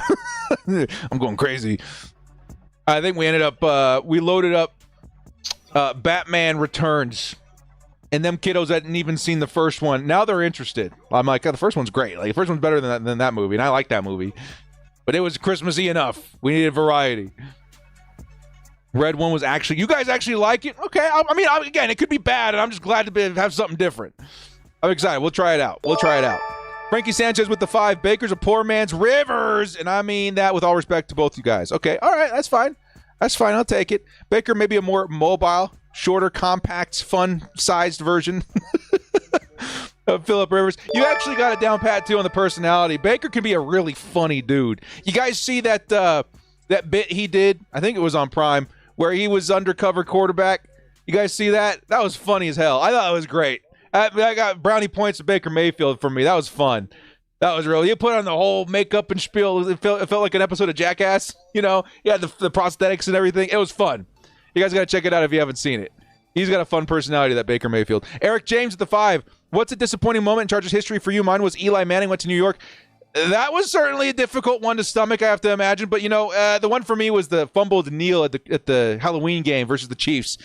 I don't remember the year. It had to have been like 2012 or 13 or something like that. Here comes 3rd and 6. Baker Mayfield over the middle. Dude, the only player that makes that catch is Mike Evans, and he did it. That was a risky ball to throw. And if it was anybody in the NFL but Mike Evans, it's a drop. Oh, man. I mean, kudos. Mike Evans is a very good wide receiver in this league, dude. He's crazy. Here comes the next catch. It is McMillan who picks up 5. We are now with the clock stopped at 1:35 at midfield. Dude, man, Mike Evans. I know we're playing them right now, but I've always loved Mike Evans, dude. Dude's an awesome wide receiver. Dude's crazy. That Christmas animated movie's all right. Okay, we'll check that one out, too. We might have watched that one. I don't remember. 2nd and 5. Baker almost threw another interception. Are you kidding me? Oh, watch out. You better not cry. You better not pout. I'm telling you why. Tarheeb Still's coming to steal your dreams. Sugar plums and all, Baker. Yo! Ooh. So close. Eric Black, most disappointing Nate Kading, Jets 2009. Yep. I remember the Just Kading jokes all the way to school that day, dude. I remember that. Here's 3rd and 5. Baker. Chargers only sending 3 and almost getting home. Baker's going to take off on the ground, though. He's going to pick up a first and then some. They are now in field goal range after a Baker had to have been a 20-yard run. Yeah, 21-yard run, Baker Mayfield. Ugh. You can't watch Bad Santa with the kids. Actually, last year with the older kids, we watched, what was it called? Krampus. That surprisingly fun movie. You guys see that for the older kids. Don't watch it with the younger ones. They'll be scared out of their minds. The older kids. I enjoy the crap out of Krampus. We've been watching that for a few years. That's a fun movie. Here comes the draw up the middle. It's White, who's going to pick up 10 yards. Ugh. This is where you don't want to see this sort of momentum building up. They still have a minute left on the clock. 3 timeouts. They are now in or close to the red zone, 22-yard line, so close to the red zone. Like, Chargers, you gotta tighten up, man. You gotta tighten up. Baker Mayfield looking. Bosa's right behind him. Oh, Baker gets the ball off. Intercepted. Oh, it's dropped at the last second thanks to a Mike Evans effort. Cam Hart had it in his hands, and Mike Evans bats it out at the very last second. Oh. They're trying to force feed Mike Evans. It almost cost him another interception. Let's take a second look at the slow-mo interception, would be, should be. Yeah, it was Mike Evans peeling that ball out of the grip of Cam Hart, saving what would have been another turnover. And we got a man down, Elijah Molden, but he just got the thumbs up. Trainers are walking away from him. I think he's just winded. He's fine. He's fine.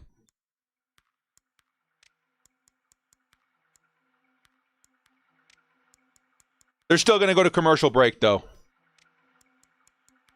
Hart hit his hands. Yeah, but when you saw the angle from behind, he had his hands on it, but Mike Evans literally grabbed the nose of the football and yoinked it out. Now, I don't think that's Hart's fault. I think it's an awesome veteran Mike Evans play. Yeah, Mike Evans, dude. Another life, man. I would have loved to see that dude in powder blue. He's got that. I mean, him and VJax. Those are the days of the Tampa Bay Buccaneers, dude. Are they checking on Cam Hart now? Oh. I saw them looking at Elijah Molden, and they walked away, and they're like, "Yeah, he's good." I hope Cam Hart's fine. How good have those rookie corners been, man? It's unbelievable how big of a need. You guys remember that? At the top of the offseason, we were talking about the biggest needs. We're looking at all sorts of free agent acquisitions, first round, talent at corner, and then all of a sudden these 2 late mid-round guys step in, and they're playing like, I'm going to say Tarheeb Still is playing like a first rounder. Definitely, right? Cam Hart's playing at like a very minimum 3rd round pick, right? Maybe low 2nd round pick. Like, these guys have been awesome. What values for the Chargers in this draft? And that's not even counting like the incredible turnout that's been Joe Alt, who's likely an all-pro his rookie season. What? You kidding me? And then Lad McConkey, who's having maybe a better season than Malik Neighbors. What? Incredible first season for Joe Ortiz, man. Unbelievable.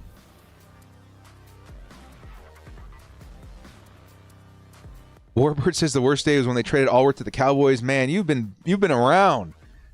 Only thing I think of that would be the same as the traded Tony Gwynn. Yeah, dude, that was a minute ago. You've been around since the greats. You and Pegasus. Okay, so Hugo says getting Joe Alt over Malik Neighbors was a blessing in disguise. Dude, just look at what the Giants season has looked like. Now, of course, Malik Neighbors is still a special talent, right? I have him in my league of record. We're 12 years into that league, and I've watched most snaps by Malik Neighbors this season. I got him in the 5th, and he's likely going to be my keeper going forward. He's a special talent. And I think he's going to get better when they get like Sanders in there or something at quarterback next year. But, wow, what a nice combo for the Chargers in the draft. Here comes the next play. Mike Evans caught it, took a huge hit. Oh, there's that big hit for Pegasus. Pegasus, I hope you were watching. That's the Derwin beatdown tackle you were looking for. Oh, and that was the matchup we talked about, too. Derwin versus Mike Evans. That was a big flipping hit, man. Pegasus, man. I hope you're high-fiving me at some point in the planet right now. Virtually, dude. That is the one. That was the play that you asked for on that holler, baby. Oh, that was awesome. Look at this Derwin James. Blah, blah, boom. He says, get down, Mr. President. That was awesome. 3rd and 7 coming up for the Chargers defense, baby. Hey, Pegasus, you got your thing, man. Happy Christmas.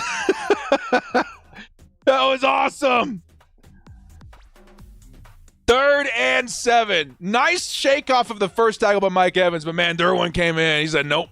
He shut that down. Baker, he's trying to escape. Only rushing 3. Baker's trying to run away. He's got to toss it out of bounds. 37 seconds left, and it's likely a field goal here. Whoo! Joey Bosa with the QB pressure. And the Chargers only sending 3. Very interesting. They dropped back their interior guys. It was, man, they do that a lot with Tuli Tuipulotu, dude. He backed up. I think he was a spy on that play. They backed up Henley as well, who looked like he was blitzing. You see that a lot in the Minter packages. Very nice defense. Here comes the 3-pointer. It is up, and it's down the middle good. You got a still 13-17 lead for the Chargers. 33 seconds left on the clock with 1 timeout. Got to imagine you're just going to run it, go into the locker room. Do we get the ball back at half? Yeah, we do, right? Yeah, I think we get the ball back at half. So, yeah, no reason to risk anything here, man. Let's run it a few times, go into the locker room, get some momentum back in the second half, baby. I think that's some good momentum there, too, in defense. Like, that wasn't bad. Bend but don't break. That's the first time we've been able to do that so far. Should have been no points, if I'm being honest, but big plays by Mike Evans. That's going to happen. You got to expect that to happen every week. Yeah, we get the ball. Yeah. I think we're good. I think, yeah, let's play a little safe here. Let's run a couple runs and get out. Got to tighten up on D in the second half. If anything, the Chargers have been pretty decent at that this season. Defense tends to get better in a lot of situations this season. In the second half. The offense hasn't quite been there yet, but maybe they do this week. Maybe the offense finds a little bit more momentum in the second half this week. Holding a very high-powered offense of 13 points in the first half is a dub? Yeah, for sure. For sure. What's crazy is that my score prediction, here comes the return by the Chargers to the 26. My score prediction is 24-20. Look where we are. That's crazy. Who got carted off at the Lions game? I got Red Zone on in the other monitor, but I don't really pay attention to it. They're not showing anything right now. You guys let me know in the chat. You guys see that Dolphins receiver that got carted off today? Is there any update on him? I heard that he was going into some hospital and things were okay-ish, but I don't know. That was scary. My son pointed it out. He's like, is he okay? I'm like, I don't know. That's a pretty nasty one. Here comes 1st and 10. Are the Chargers going to try and pass it here? It might be to Lad McConkey in the slot. Yeah, Herbert's going to sling this thing. It's going to be to the sideline. And he gets rid of it real quick to Josh Palmer, who picks up a chunk of yards and goes out of bounds. 24 seconds left. Chargers with the 1 timeout now at the 31-yard line. They're going to try and make something happen here. Interesting. Saying it was Brian Branch. Oh, that's a good player. Face with the $20 holla. Hey-o! Merry Christmas from the Dallas fans, man. Hey, Chargers fans residing in Dallas. Thank you so much. $20 holla and happy Chargers miss to you too, my friends. Thank you so much. $20 holla. Get out, man. Big love, dude. Justin Herbert, he'll step back looking. Here comes the pressure. And he's just going to go down with the sack, likely taking us to the second half. Come on, let's not do anything crazy here. Yeah, no need to take more sacks right now, man. That's going to take us likely to the second half. Chargers, don't worry too much about it. Face, thank you so much, man. $20 holla. Big love, baby. Give him some love in the chat. Give him some love in the chat.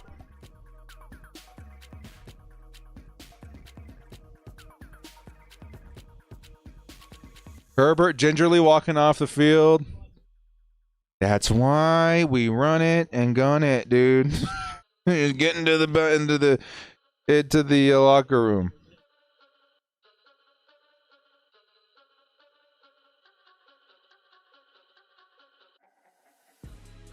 Jay says, just got home from church and seen the highlights. Hey, Jay!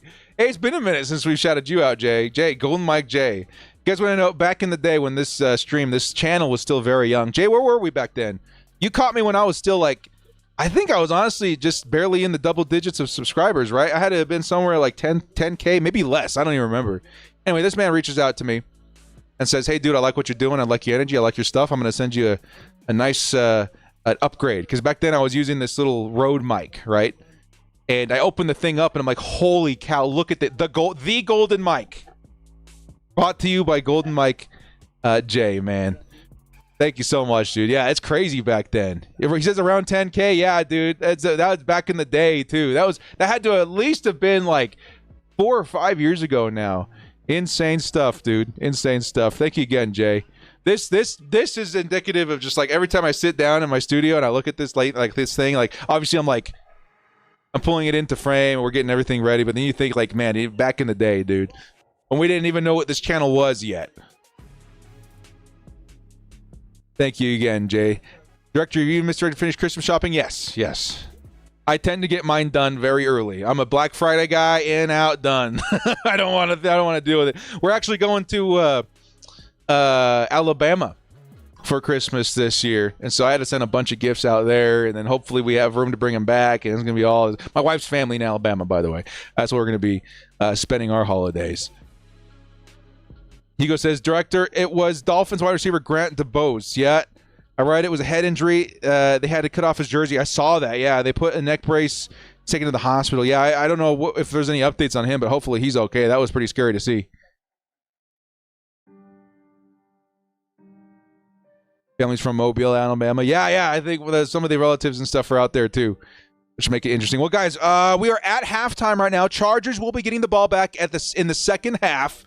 1,500 folks in the chat right now. Hit that like button. If anything, happy holidays. Hit the like button. Spread the joy. We're going to be back here in just a moment after a word from our sponsor. We're going to dissect a little bit of what we saw in the first half, what the Chargers need to continue doing right, some of the adjustments they have to make, and hopefully what it would mean if the Chargers make it out of this game 9-5 going into a Thursday night match, short week Thursday night matchup versus a sneakily good Denver Broncos. Lots to think about there, man. We'll be back in 3 or 4 minutes after a word from our sponsor, ExpressVPN. Football, the lifeblood of the American people. Unfortunately, it's insanely difficult to actually watch football right now. Sure, we won the battle with cable TV, but at what cost? Look at this. This is by NBC New York. You need Peacock, Amazon Prime, Netflix, ESPN Plus, and the big one, YouTube TV with NFL Sunday Ticket. It all adds up to a staggering $857. And here's the kicker. You'll still run into blackouts. I'm sorry, that's just not for me. I'm sticking to old reliable NFL Game Pass. Imagine for a second that if the NFL had a reasonably priced subscription service that gave you access to every single game, no blackouts, no jumping between different subscription services every week. That's annoying. You turn it on, there you go. NFL football. You know what? It exists. It's called NFL Game Pass. Something I've used for a long time, and honestly the way it should be in purchasing NFL content. Let's be real. All that other stuff is goofy and ridiculous. Here's the problem, though. NFL Game Pass is not available in the United States. This is only available to international audiences, which is absolutely crazy to me. Fortunately, though, it's something that we can get around. So if you're cool with jumping through a few hoops, I'll show you how to watch NFL football at a fraction of the cost of Sunday Ticket and all that other stuff. Here's how it works. Basically, we're going to bounce our signal to a country that has access to the glorious NFL Game Pass app. We need a VPN. For those of you who don't know what a VPN is, it's just a little tool that helps you put your signal somewhere else, keeps you safe from cyber threats, gives you access to all sorts of internet content that's otherwise exclusive to other places in the world, stuff like Netflix shows, Amazon, etc., etc. But we're here for the NFL, man, and man, this has been my tried and true method for years and years and years. So no more fluff. Here's how it's done. Step 1, grab a VPN. I'm not going to tell you which, it's a free country, but I've used several myself trying to make sure this method works. The best one for me has by far and away been ExpressVPN, because you want a VPN that's fast, gives you the best quality of live football while watching the game. So hit up expressvpn.com, or better yet, use my link in the description. That'll get you a better deal, secure you 3 free months. Very simple to sign up, super cheap, and trust me, it's worth it. It'll save you a lot of headaches down the road. And if for whatever reason this is all too complicated, or you run into a roadblock, you can absolutely get your money back with a 30-day money-back guarantee. Help minimize the risk here. All right, so you got ExpressVPN, you downloaded the app. Please make sure the app is up to date before doing this next step. Pretty important. Step 2, you're going to open up ExpressVPN and connect to a country that has access to NFL Game Pass. See this one? Das is good. Das is very good. That's the one, okay? I would do that one. At this point, you exist in that wonderful land, and you can now go to this step, which is go to DAZN.com. I think that's how you say it. DAZN, DAZN, DAZN.com. At this point, it's super simple. Again, with the VPN active, go create an account. You'll then be greeted by this page. You're going to want to go ahead and select Super Sports, that package right there. It includes the NFL. It's got a couple other cool things like NBA, etc., etc. So if it's your cup of tea, you got a couple extra sports you have access to right there. Me, I'm here for NFL football. At this point, you can go yearly or monthly. Since I'm a broke boy, I'm going to go with the monthly package, which, let's be honest, a lot of us only really need this for like 4 or 5 months anyway. For those of you who are wondering, those prices convert to roughly around the same. Maybe $1 or $2 more. And at this point, it's time to pay up. Now, again, if you're not sure if this is going to work, I would highly recommend going with the monthly just to make sure everything's good and working. We understand how to lay the land, at which point you put in your information. I don't know if other payment methods work. I just used a credit card. It went through just fine. And boom, you're in. At this point, you can go ahead and scroll through a lot of the catalog here. Again, there's other sports, but in terms of the NFL, there's games already listed on the slate there. You can watch NFL Network right off the bat right now. But keep in mind, to watch every single game, you might have to add on NFL Game Pass, because right now you have DAZN. To do that, you'll go here, you'll see this page, and you'll think to yourself, oh man, Director, another, what, $17, $18 a month? Trust me, it's worth it. And I'm not even sure if you have to do that. You'll still get access to a bunch of other games. I just happen to want every game all the time, everywhere, and no blackouts. And again, even if you add all this stuff up, it's still way cheaper than adding up all the other things to get access to football. Little math here. DAZN, $27 a month. But worth it. NFL Game Pass, $18 a month. A VPN, roughly $7 a month. This all adds up to about $52 a month. You times that by 4 for the regular season. That's like $200 instead of $850, folks. While also avoiding like 1 billion subscription services that you'll probably forget to cancel anyway. As an added cherry on top, you can pay for it monthly. If you want Sunday ticket, it's going to be big bananas up front. At this point, you're good to go. You can access the catalog. Everything's up and running. Just a few tips here, okay? Please make sure your VPN is fired up before logging into DAZN.com. If not, you'll get a prompt like, "You're not from around these parts, are you?" Or however you say it in German. As long as you're logged into the app in the same location you made your account, you should have access. Another tip, there's apps. Glorious apps for ExpressVPN. What I like to do is an extension on Google Chrome. I especially enjoy it on my phone, so I can send the game straight to my TV when I got company over. It may still also work on a Fire Stick. I don't remember. Either way, this is the best surefire way to get the biggest bang for your buck. No blackouts, no jumping through hoops of different subscription services every week. Just log into the VPN, log into DAZN.com, get watching football. Simple enough, and it won't cost you an arm, leg, and your firstborn. Please remember to use my link in the description for ExpressVPN.com or code DIRECTOR at checkout. Help me help you. It's football season, baby.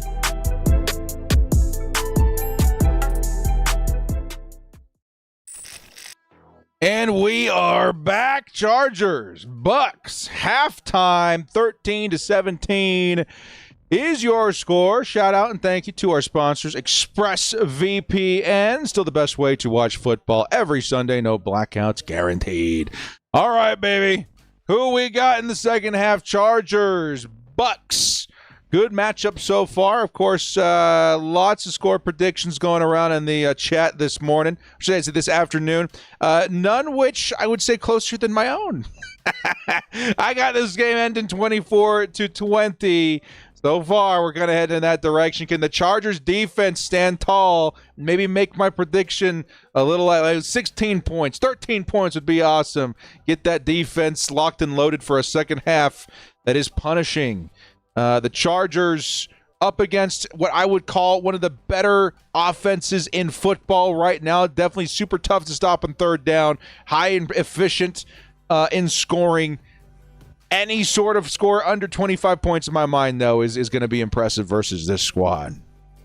Definitely. Now, we are getting some confirmation from Cam Hart, who exited the game with a concussion. He will not be returning this week.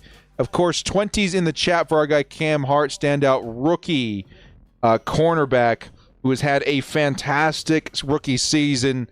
Would love to see him return as soon as next week if possible. As the Chargers cornerback room has been up and down throughout the season, but I would say very surprising in terms of how efficient they've been behind guys like Tarheeb Still and even at times Christian Fulton. Cam Hart, a pretty important piece of that unit. Would love to see him back sooner rather than later. Yeah, he has a concussion. He will not be back this game. Hopefully we get him back sooner rather than later.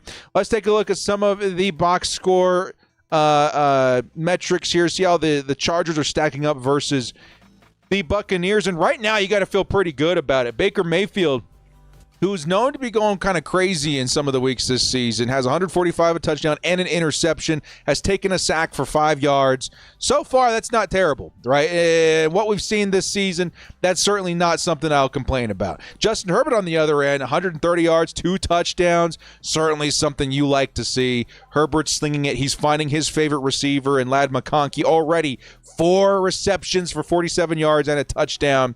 He is certainly on fire.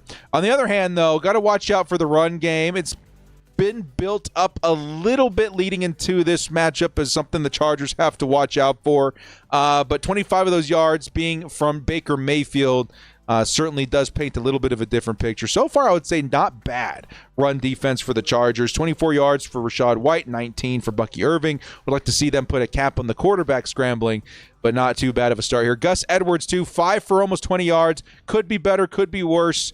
Would like to see that get going as soon as possible. In terms of receivers, though, I mean, Quentin Johnston, awesome touchdown on the underneath and run and score. Stone Smart has been kind of crazy since stepping into the tight end role in lieu of Will Dissly. And then, of course, Lad McConkey has been awesome. Chargers have done a good job at covering Mike Evans in the first half. Can they continue that with Cam Hart in the second half? Big troublemaker for us so far has been Jalen McMillan, who they're scheming to get open.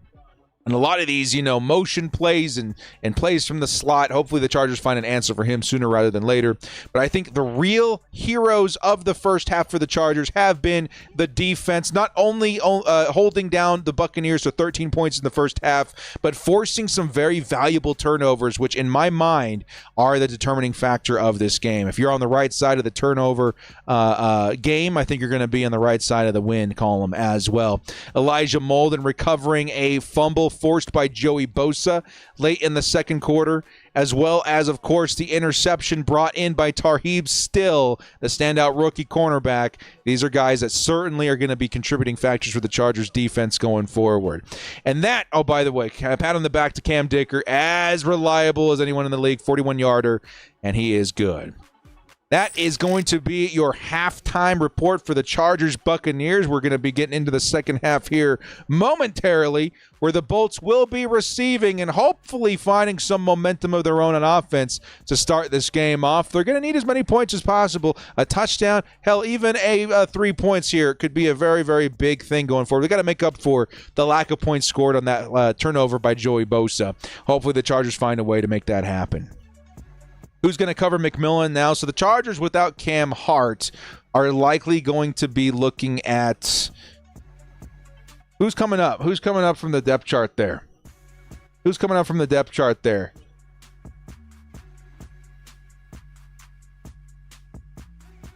That's actually going to drive me crazy. Hang on.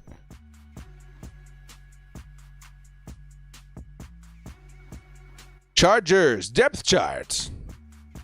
You say Jasir? So Jasir on the outside, but then who's taking over? Tarheeb Still. Because Apple, I was going to say it was Apple, but he's on IR. Oh, Dean Leonard is back. Dean Leonard is back off of IR. Excuse me, sorry guys, you're not seeing this. Dean Leonard is back off of IR. So I think he's going to be stepping in a little bit on the outside too. That's actually not too terrible. Jasir Taylor, Dean Leonard. Okay, we got some guys in there.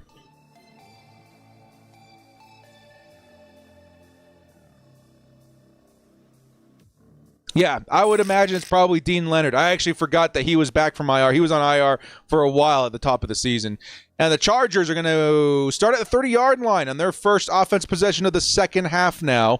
Here we go. Chargers Bucs. Second half of football, 13-17. Can the Chargers find some momentum in offense?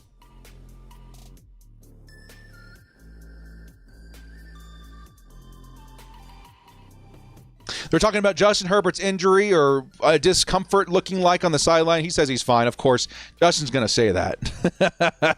Here we go, baby. Chargers 1st and 10 from the 30-yard line. They're going to start with a run by Gus Bus, who's going to force his way up for a 4-yard gain. It'll be second and medium coming up. Nice first carry by Gus Bus. in this first play of the second half. Yeah, I completely forgot about Dean Leonard. And Dean, before all that, I mean, he looked pretty good. So hopefully he's up to the challenge now. Filling in the shoes of Cam Hart.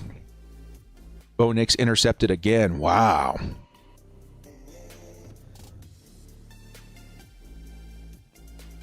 Justin Herbert. Gus Edwards still in at running back. Herbert looking, fires quickly underneath. It's going to be Quentin Johnston who picks up maybe 3 yards. It'll be 3rd and 4 coming up. 3rd and medium coming up for the Chargers offense, who, honestly, guys, we got to pick this one up. We got to do it. We got to keep momentum going, man. We got to find a way to keep this drive alive. Because the Bucs, they're going to find a way to move the football.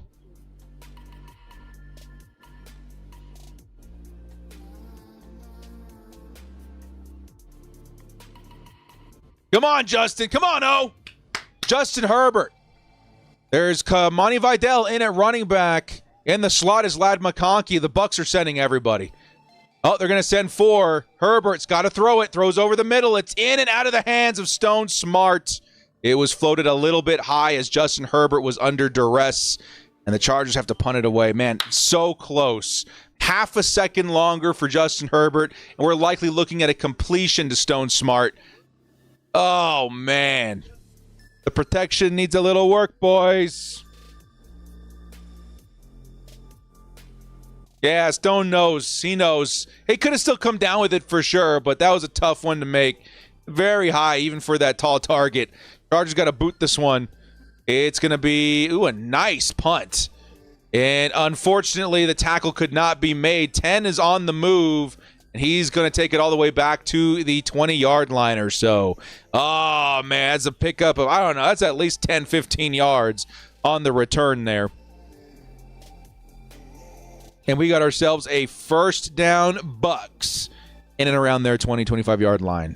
Man, would have loved to see the Chargers keep that drive alive. Protection needs some work. That interior's folding more often than not this week.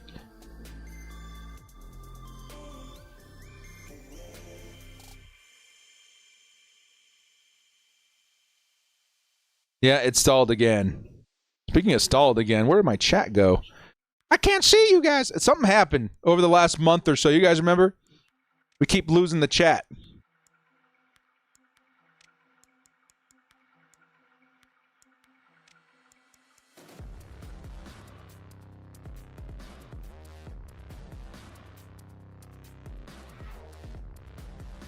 Hang on, guys. We're in commercial break anyway. I'm going to try and fix this so that we can get the chat back on my end because I can't see you guys.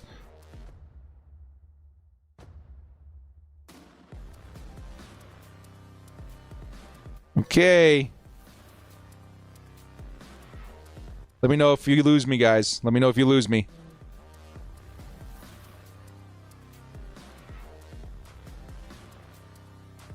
We're still in commercial break, by the way.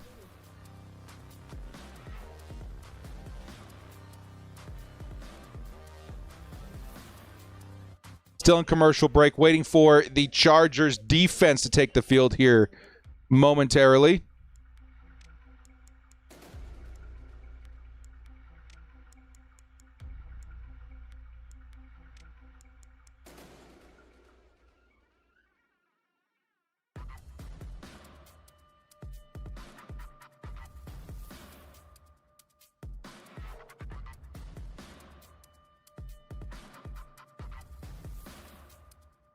Man, this always scares me. Okay, I think we got it back. I think we're good.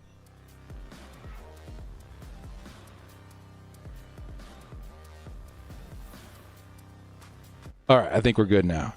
Yeesh. What's up, Jeff? Yeah, I got you guys back now. I can see you. Oh, man, that's always nerve-wracking. After a while, I'm sitting here like, my chat hasn't moved in a while. That can't be right.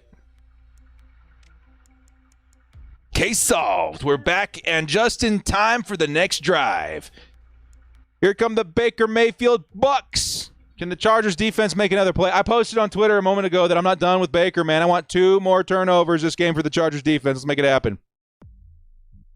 Here come the Bucs offense. It's going to be a carry by Irving, and Irving is going to force his way up for a 5-yard gain. It'll be 2nd and medium coming up for the Bucs. 2nd and medium for the Bucs.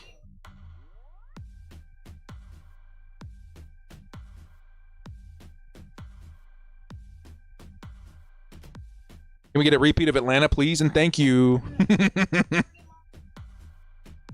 Please and thank you. 2nd and 5, Buccaneers. Might be another run here.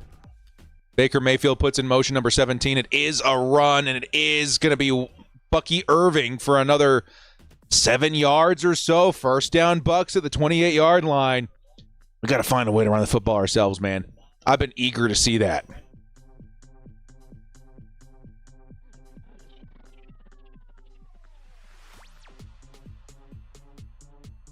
Yeah, they're showing all the stats now. The Buccaneers, 8th in the NFL, yards per game. They've been a very good running football team. Going to be interesting to see how the Chargers try to stop that and slow that down.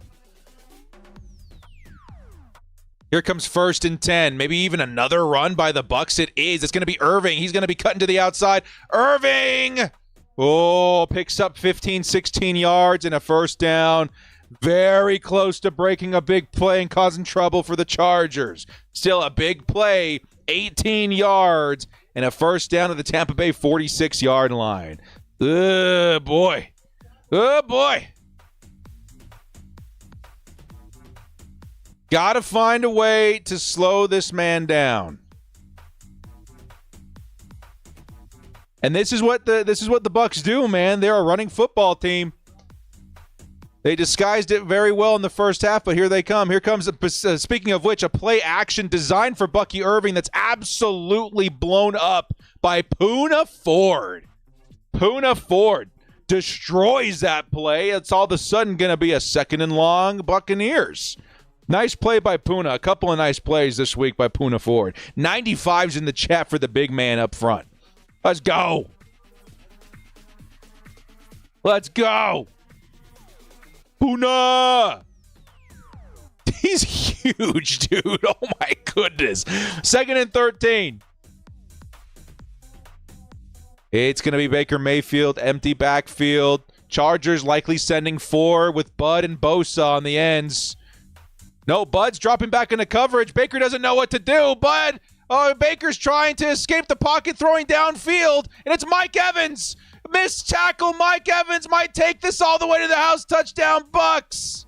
Missed tackle on Mike Evans cost the Chargers 6.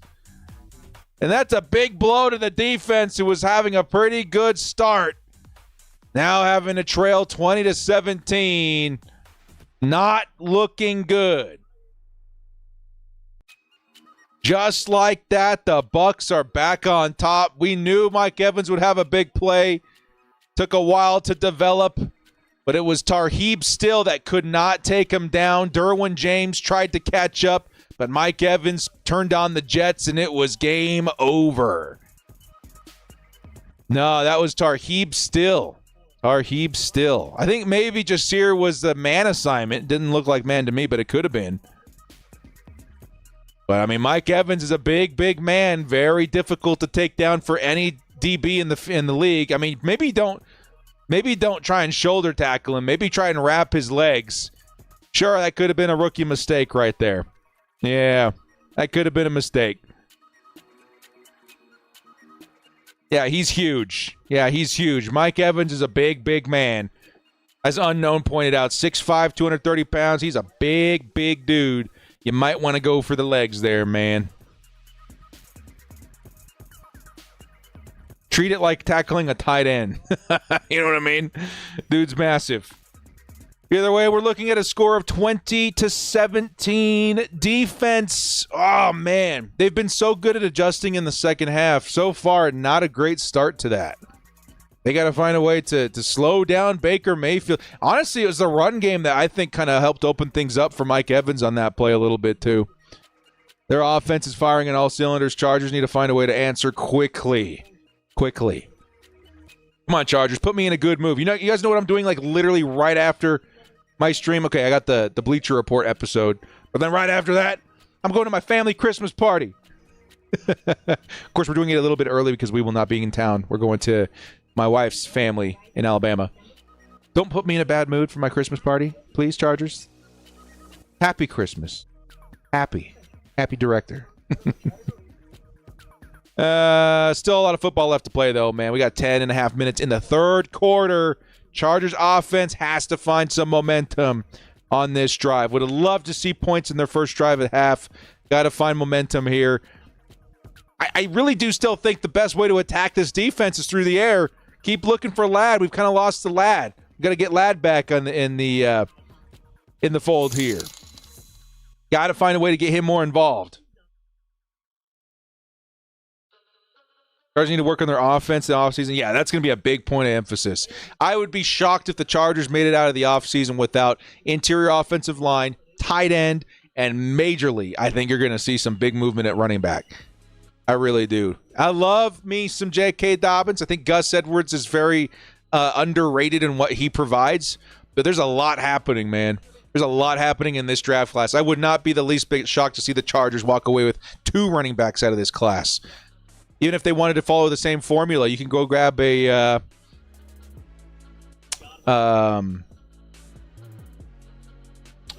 Hampton.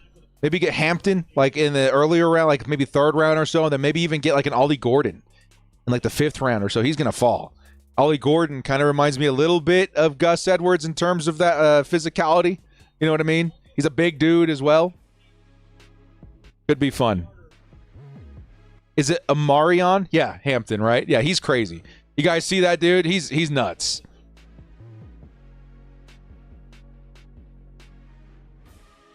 Here comes Davis on the return. Davis finds a little bit of space. Gets just past the 25. Yeah, we'll say at the 28-yard line or so. Chargers offense takes the field. Got to find some momentum. Some momentum. Do I have a P.O. box? I do not. I had one open for like a year. I decided to shut it down. Got some weird stuff. Ollie Gordon, I think you can get both. Honestly, I wouldn't be shocked if you got both. If you wanted to keep that sort of combination of big guy and then main guy, like there's no reason not to. And Gordon has some receiving upside too. 1st and 10. It's Justin Herbert on the play action. Herbert has to throw outside. Oh, it's a little too far for Josh Palmer. 2nd and 10 coming up. Move your chair. Momentum shifted to the Bucs. Yeah, it has. We got to find a way to get it back. Honestly, I think the defense can really make that happen. I was really hoping we'd see more of an impact last drive for the defense. Of course, that didn't happen. Offense may need to help pick me up the defense a little bit right now because the defense is they're going to need some momentum help too. We need a spark. Justin Herbert, he'll fire. Underneath, it's Kamani Vidal, and Vidal just enough for the first down, Chargers. And the Bolts have the ball at the, what's that going to be, like the 30-yard line? Maybe the 40-yard line. Nice pickup for the rookie running back, Kamani Vidal. Let's see if we can get the ball to Ladd McConkey. I want to see McConkey on this drive. I want to see a McConkey reception here. Come on, baby. They're lining up to run, it looks like. It's Kamani Vidal in at running back. It is a handoff, and Vidal does his best to shake off the first defender. Makes it back to the line of scrimmage. It would have been a loss of 2. Instead, it's a 2nd and 10. Nice effort by Kamani, man. They all got back there instantly. I think he shook off Levante David. Yeah, he did, dude. Gets back to the line of scrimmage. It's 2nd and 10. There's Vita Vea at the middle of that line. That dude's massive. My word. Come on, Ladd. Got to get him involved. Ladd McConkey, top of the screen. They're going to swing Darius Davis. It's going to be a pass underneath to the opposite side. Thrown a little bit short. It's going to be caught by Quentin Johnston, who's got 4 yards on that reception. They're going to call it 5. It's going to be 3rd and medium coming up.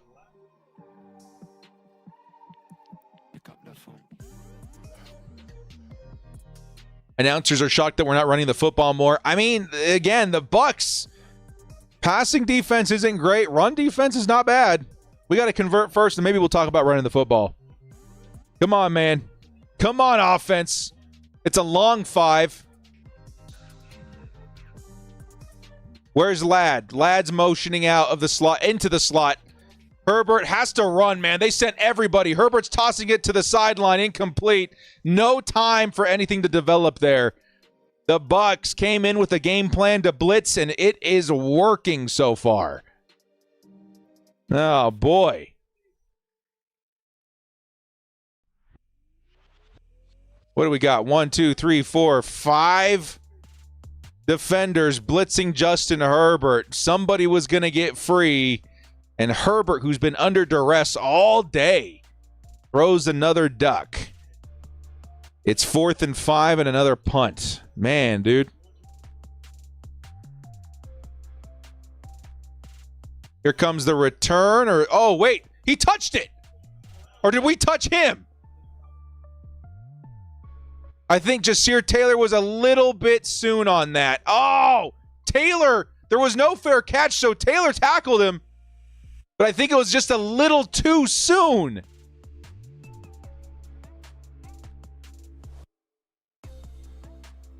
I don't know. It's razor thin. Was that fair catch, though? Did he fair catch it? Because if he fair caught it, then it doesn't matter. Like, he shouldn't have done that either way. Like, I'm wondering, like, why in the heck he made contact if it was fair caught. Because if he didn't, I completely understand why he did that. Yeah, it was waved a fair catch. I'm looking at it right now. Oh, Jasir. Bro. What are you doing? I was so confident. I was like, surely. He's not trying to tackle the fair catch, man. That's not good. That's not good. That was a bad awareness play. Oh. That one hurts. That one hurts. That one hurts. Chargers now got to play some trickier defense. They're going to be closer to midfield now, aren't they? They're going to be in and around midfield to start this offensive drive. Chargers defense. I mean, guys, the defense, there was a moment in the first half where it kind of felt like this. Like, oh, man, the Bucs, the offenses, they got all the momentum. There's no stopping them, this and that. And then all of a sudden the defense turned it on and there was 2 turnovers back to back, right? I mean, that could still happen. That could still happen right now.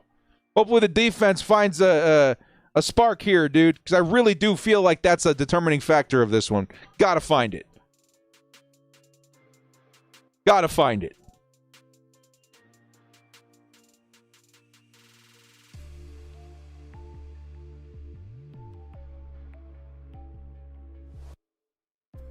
We're in commercial break waiting for the game to resume where the Tampa Bay Buccaneers will be starting at, I have to assume, like a 40, 45? They haven't listed it yet. They haven't confirmed yet. But still, a lot of football left to play. 8 minutes in the third quarter. Bucs up by 3. Chargers defense shown more than capable of causing big interruptions to Baker Mayfield. Gotta wait and see. Gotta wait and see. Chat wants a Christmas miracle?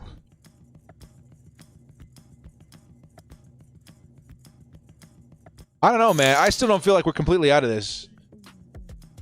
Like, not even by a long shot. Down by 3? We can do it, man. Come on, baby. Let's turn it up in the chat, baby. Show me some lightning bolts in the chat, dude. Let's do this. Turn it around in the chat, too, man. Let's have some fun with this, dude. This Chargers team, they ain't done. They ain't done. Come on, man. This is a good offense, but we're a good defense. We just got to turn it on. Let's see some lightning bolts in the chat, baby. Let's turn it around in the chat, too, dude. I see what you guys are saying. Let's turn it around in there. Let's see some lightning bolts. I want you guys to fill that thing up. Lightning bolts all over the chat, dude. Let's go. Let's go. Let's go, defense. Let's make a big play this drive. Come on, baby. Come on, D. Let's do this. Let's do this. Let's do this. The Buccaneers lining up to run. It is a run. It's going to be Irving. Irving finds 10 yards, a little bit more. Irving. Ooh, he's going to pop a big one, man. He's going to pop a big one all the way down to the 10. Oh, man, that's the freaking fire extinguisher blowing up in our face right now. Oh, dude, that's a gut punch.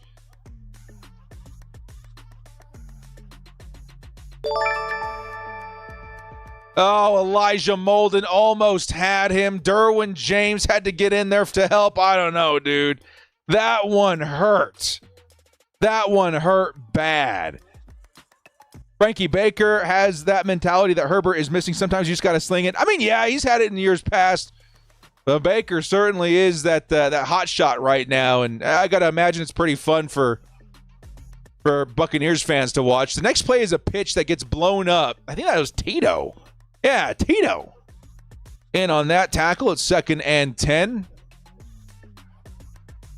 And Bucky Irving, who's now over 100 yards on the day, positioned the Buccaneers for at least very bare minimum a field goal to continue padding that lead. Chargers need that spark, dude. Chargers need that spark. Come on, man. McConkey been quiet since the first quarter. Yeah, we got to unleash him. A huge gain by Bucky Irving, who's still in at running back, I think. Or is it White? Can't quite tell from here. 7-1, right? It's going to be another run. It is Rachaad White this time. He's only going to pick up a yard. Back-to-back runs. Only 1 yard to account for. It's 3rd and 9 all of a sudden. This is a bend but not break moment, man. 23-17 still feels very much so alive. 27-17 feels a little bit tougher. Can the Chargers defense get off the field? Come on, baby. Come on. Come on, defense. Come on. I'm looking for a big play here by, honestly, Derwin James. Where is he? Where's he lining up? Derwin's lining up at the line. Okay. All right. 3 seconds, 2 seconds, 1. Snap the football here. Chargers are rushing 3. It's going to be an underneath pass. And it's Rachaad White who gets tackled by Elijah Molden short of the first down. It'll be 4th and maybe 3. But there is a flag on the field. Oh, dude, come on. That would be a killer. That would be a killer right now. After the play, unsportsmanlike conduct on the offense. You are going to get a talking to after this one, McMillan. You do not do that in professional football. It goes from a 4th and short to a 4th and 18. Yes, you're going to see the 3 points. Here comes the field goal kicker, but McMillan, he's going to get a firm talking to. Yeah, that's something you do not do. If the Chargers committed that, I'd be all over my player as well, man. That is crazy. Yeah, I mean, I was worried they might be going for it, but now, yeah, certainly you're going to see a 3-point try here. Yeah, that's you can't be doing that if you're the Bucs. 4th and 18. 42-yard field goal all of a sudden, too, man. Yeah, that's a pretty huge penalty. Of course, they're going to hit it. It'll be 23-17 now. But that is something, yeah, you cannot be doing that. You guys are looking at the Colts right now. What's the score? I'm looking at 13-7, Colts over the Broncos. We can hope. We can hope, right?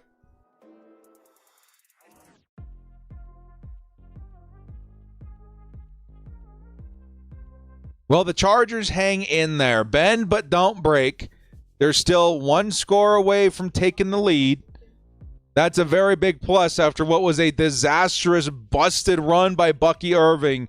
It's not over yet, Bolt fam. It is not over yet. 23-17. This is where the offense needs to step up and pick up some of the slack here, dude. The defense has been getting gashed. Of course, the Bucs offense has been one of the tougher that we've faced this year. Can the offense of the Chargers pick up the slack and get a quick score back, dude? I think we need that. We need that spark desperately. And honestly, like it's been pointed out in the chat, we haven't seen much of Lad McConkey in the second half. Let's get this guy back out there, man. Let's find a big play to number 15. Come on, baby. You get momentum going between Herbert and Lad McConkey, they become very difficult to stop. We're waiting for one to pop.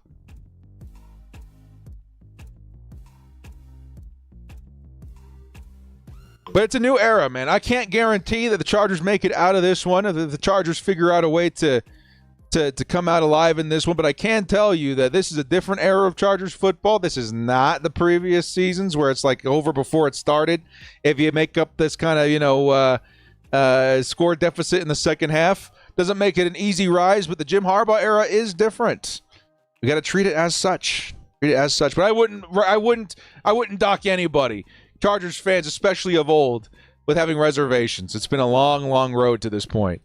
We got to wait and see. I'm certainly, definitely not out of it yet.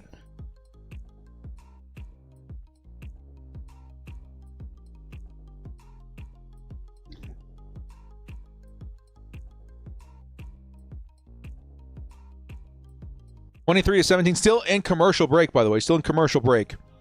Chargers will be taking over here very soon. Oh, they're still looking at the penalty. Fulton pushed back. I kind of don't like that.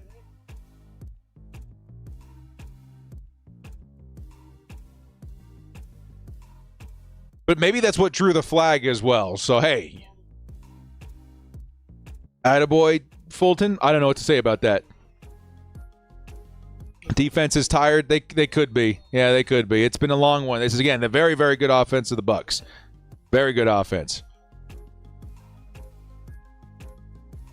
Score is 23-17. Chargers getting the ball back now. It's going to be returned by Darius Davis. He is past the 20 and spins, picks up and again at 26. Very consistent 26-yard returns today. But there is a flag.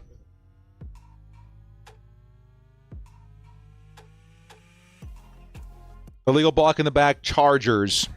It's going to push us back to around the 15-yard line. All right. Justin Herbert and company have to make up for that one as well.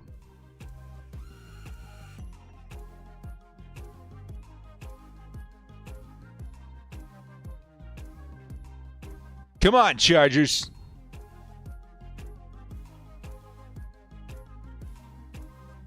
Bolt starting at their own, I was going to say 10. Okay, 10-yard line. It's a long field, and the Chargers have had a tough time moving the ball on offense. What are they going to do to start things off? It's going to be a run up the middle by Gus Edwards. Picks up a yard. It's going to be second and long coming up for the offense. And Zion Johnston is down on the play. Zion Johnston, first-round guard, down on the play. Of course, he hasn't had the season that a lot of us have hoped, at least the last couple of years, actually. Hoping to see Zion is okay, though. Next man up likely going to be Brendan Hymus or Jordan McFadden, right? Hopefully Zion's okay. 77's in the chat for our guy Zion, who's had an up-and-down season. But certainly don't want to see him down on this play.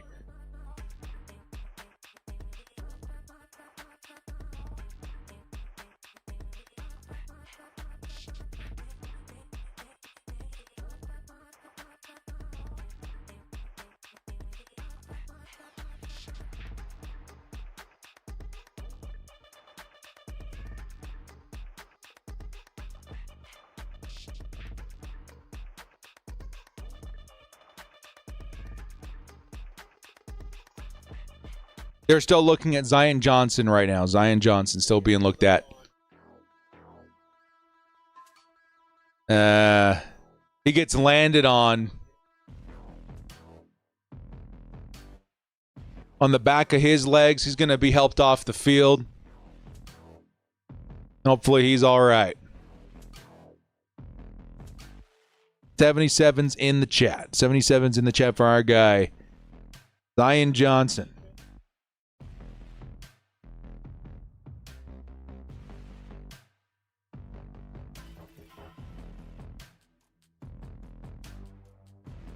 Jamari Sawyer is in at guard now for Hey, director. Zion are you Johnston. having pizza? Hey! Slice of pizza for supper tonight?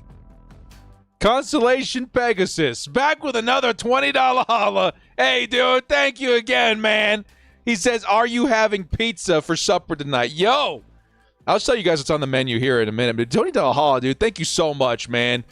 I appreciate that. Yeah, we'll tell you guys the menu here in a second. Justin Herbert immediately under fire, tosses it downfield, and is intercepted. Jamel Dean. That's not good, man. That is not good. Justin Herbert, who's been under constant pressure today, throws his second interception of the year.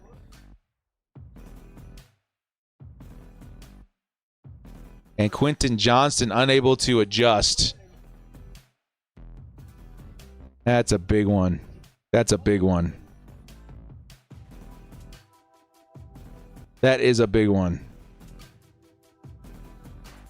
Now we're kind of at the point where the defense needs to give us a huge play. We need a big play by the defense because it is just brutal right now. The momentum is full swing Tampa Bay right now. Full swing Tampa Bay. Eric Black says, oh, almost broke Brady's record. Yep, that was it. One game shy.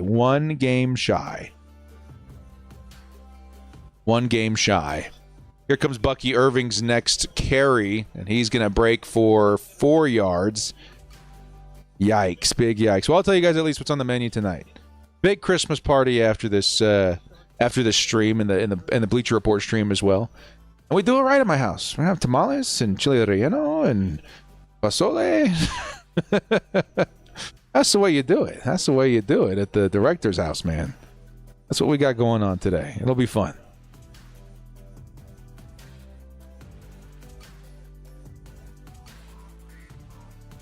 So Jamal Dean, man, very good defender, finds a way to make up for the injuries at safety. Baker Mayfield's going to take off with it, but there is a flag that we have to imagine is holding.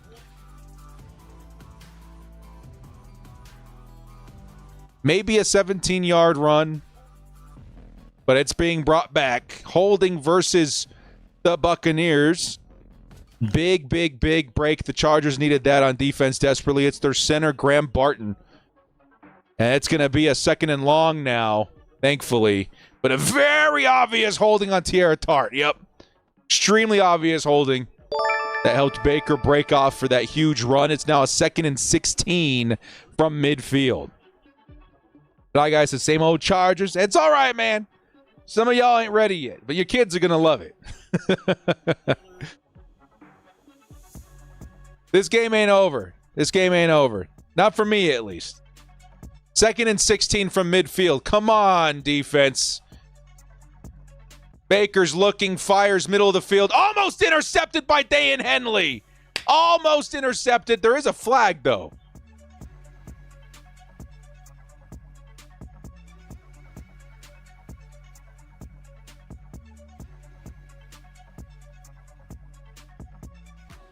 They're going to say roughing the passer on the Chargers. We're going to take a second look at it. On Tierra Tart. Tart's got 2 guys on him. And I guess he wasn't looking up. Ball was already gone. Yeah, that's going to be roughing the passer, unfortunately. Tart, good effort, though. I mean, I hate to see that it's a penalty, because if that was not a penalty, that was one of the best effort plays you'll see from the interior today. He literally just plowed through 2 defenders to get to Baker. That's unfortunate it ended the way it did. So it's going to be a 1st and 10 now from the Chargers' 33-yard line. Bucky Irving likely carrying this play. Yes, it is. The Chargers trying everything they can to slow it down, but the Bucs have a great running offense. It's going to pick up another 5 yards. You have to imagine their average is 5 or higher this week. 2nd and 5 coming up. 2nd and 5 coming up.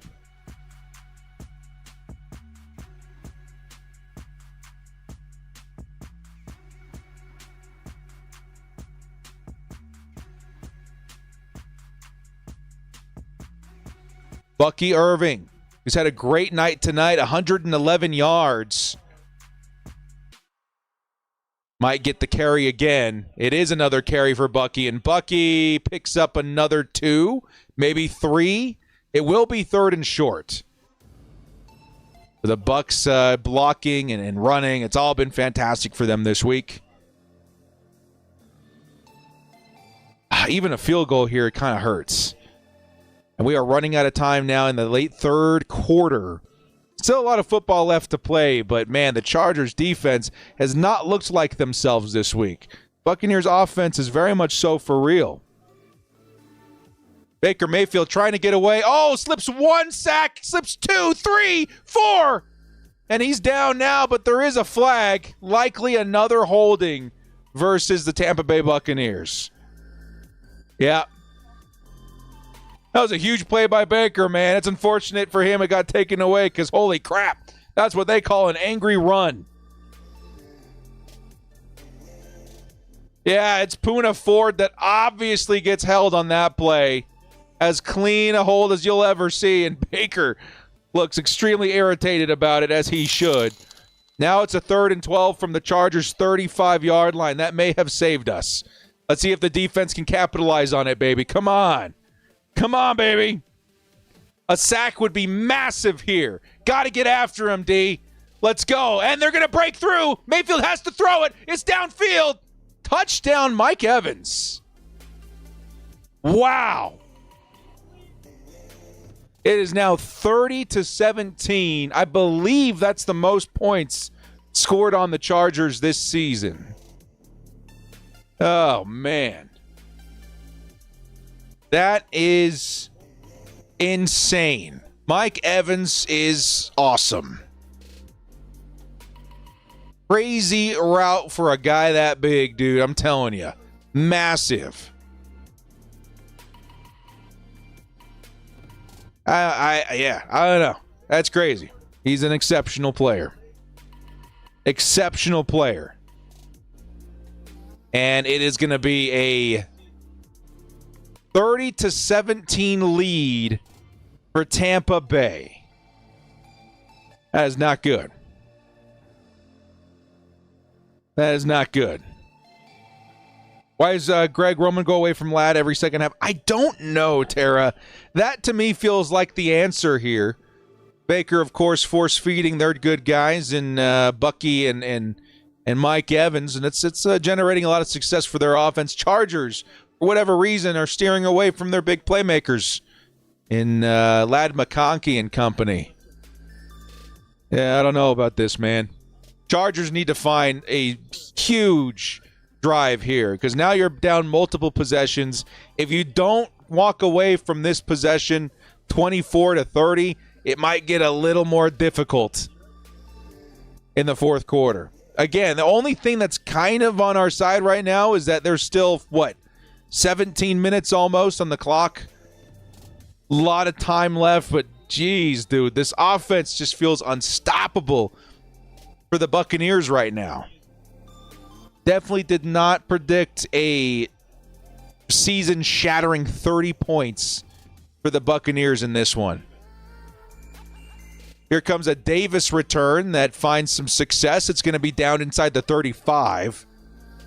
But we got to find some juice, dude. You got to do it right now. You got to find it right now.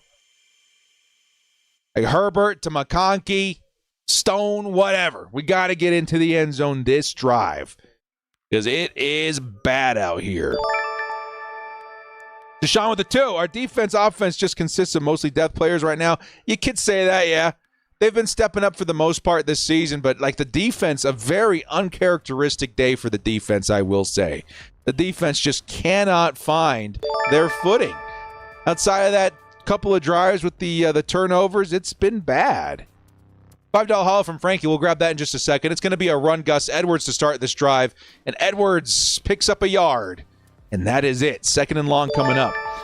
We got a $5 haul coming in from Frankie Sanchez. Massive quarterback mismatch. We have no business in the playoffs. I think that's kind of a misconception by a lot of folk in terms of, do we belong, do we not belong? I think a lot of the times making it is a statement. And then you got as good a shot as anybody to move forward outside of that. But the Chargers, we all knew, have some work to do, you know. And it's going to be a lot of movement in the offseason. I think it's going to really push this team over the edge. It's a massive success for the first year of a retool. I'm going to tell you that right now. But, you know, we'll see how this game goes for the rest of the day. There's Lad McConkey. Finally, Lad McConkey picking up that first down, an 11-yard reception. Chargers now at the 45-yard line. Okay, let's start building on that. We need Lad. We need Lad the rest of this game. Come on, man. Come on, baby. Justin Herbert now throwing underneath. It's going to be Josh Palmer who picks up 5. Okay, I'm feeling a little momentum now. You're starting to think the Chargers are getting their footing through the pass. We got to keep that going. Come on, Chargers. Score quickly, and this whole narrative changes a little bit. Get that spark that the defense needs, too. End of the third quarter, Chargers will start at the 50-yard line, so midfield. When we come back from break, the momentum is building a little bit on offense. Can they continue that and bring it back down to earth? 24-30 is definitely a little bit more manageable than what we're looking at right now at 30-17, which is insane.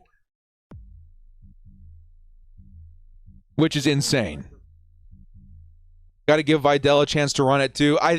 You could see a little bit more of that, but right now it feels like the Chargers got to be on pass it mode. You know what I mean? Like go for broke. 30-17, that's a tough deficit against this team, man. They're going to keep scoring too, which makes me nervous. Maybe the defense finds that rhythm and they generate that turnover, because one turnover really does turn this whole game on its head. But they got the 2 right now, and they're down 2 possessions. We got to find a spark here or there, man. It feels like it's got to come from the offense this game, which I was hoping that wouldn't become the case this week. Because the defense, it still feels like that's the reason you win or lose this game. Getting to Baker Mayfield, forcing bad throws, interceptions. But now the Chargers have closed that in with an interception of our own Justin Herbert. Man, I completely forgot that actually does blow up my fantasy a little bit. Underdog. Luckily, I'm a flexer. So we flexed. We always flex. Yeah, but now we need Derwin to definitely hit those 6.5 tackles and assists. Man, that's too bad. Either way, there's still time, man. I'm not out of this game. I'm not out of this game completely yet. It's going to be a tough climb. Chargers have to try and match every punch of the Chiefs at this point, or of the Bucs at this point, man, because like they ain't stopping, they ain't slowing down.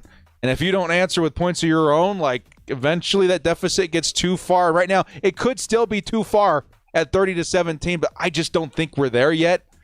Even 33-17, I start thinking, okay, it's probably too far gone now. But 2-score deficit, I can't quite give up on it yet, you know? At least we got a super chill schedule coming up. Yeah, we got the Broncos, Patriots, Raiders. You got to hope that we win at least 2 of those games. But I'm not out of this game yet. Even at 30-17, like, just it takes literally like one quick touchdown, and then you're looking right back into it. The defense needs that pick-me-up this week. $5 Halateo. It's 25. Let's get some pass catchers, and linebackers. He wants to dump QJ. I'm still not quite for that. Sorry, but he's been bad. 2 years already, too many missed catches this year. Yeah, but, I mean, he's got 8 touchdowns all of a sudden, too. He's never going to be our one, but there's still a role for him, I do believe. Either way, $5 Holla. Thank you so much for the support there, man. Here comes Justin Herbert underneath. It's Quentin Johnston, who's going to break a tackle, picks up 17 yards in a first down. His ears were burning. Yeah, Chargers going to continue to move on. That's a big first down. Chargers now at the 38-yard line. 38-yard line. And they probably need to be looking at scoring quickly. So nice effort by Quentin Johnston. Picks up the first and then some. It's 1st and 10 now. Bucs sending 5. And it's going to be, in the direction of Quentin Johnston again. But he was tackled immediately by DeJean. And it's going to bounce off his hands. Incomplete. 2nd and 10 coming up. Oh, boy. Now Quentin Johnston is limping to the sideline.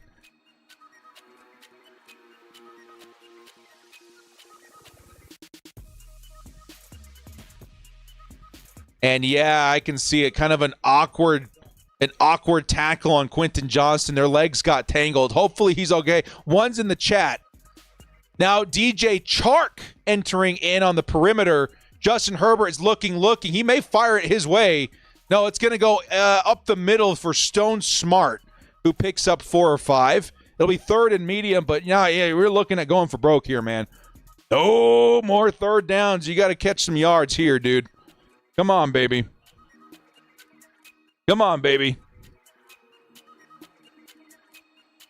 14 minutes on the clock. The Chargers down 2 possessions. They need a miracle, man. You got to score quick. You got to hope the defense is up to the challenge for a stop. And then score again. And now that the Bucs run game has gotten going, you really got to get moving too if you're the Chargers offense. Here's Justin Herbert looking, a lot of heat, fires, and it's, oh man, in and out of the hands of McConkey. There's Justin Herbert taking yet another hit, and you've got to imagine, what are we looking at here? If the Chargers take the 3, it's 20-30, which I don't know if that's enough. Oh, man, McConkey had to pick that up, dude. That's a rare drop by McConkey right off of his chest. Yeah, they got to go for it, dude. 4th and 6, they have got to go for this. It's either a quick hitter or a deep bomb, but either way, I feel like they're coming after Justin Herbert. It's been working all night long. Yeah, they are sending everybody. Herbert's got to throw it over the middle. It's dropped, McConkey. And it wouldn't have been a first down anyway. Turnover on downs. Bucs get the football back. That could have done it right there, baby. That could have done it.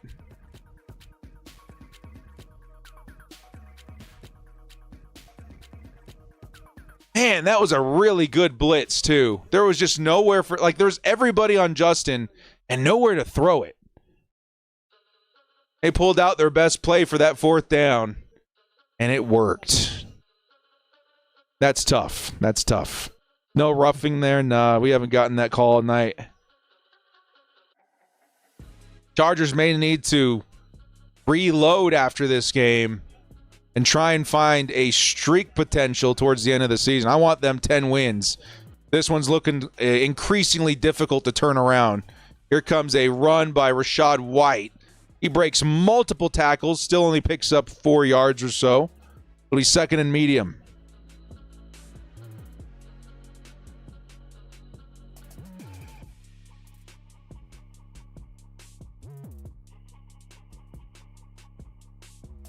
That's tough. That's tough. It feels like the offense fizzling out. Pretty much puts the nail in the coffin here. And you got to figure out a way to slow. I mean, if you got any shot at this game, you have got to stop the run game of the Bucs. It is a run. And the Bucs, with Rachaad White, pick up maybe a yard. It's 3rd and 3. Oh, man. You get a stop, you still alive? Maybe. But the offense really got to turn it around.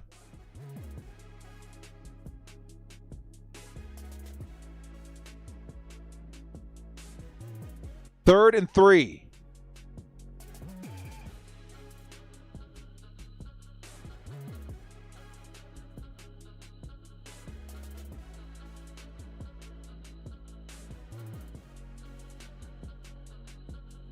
Here is Rachaad White in at running back. Is it a pass? It feels like a pass.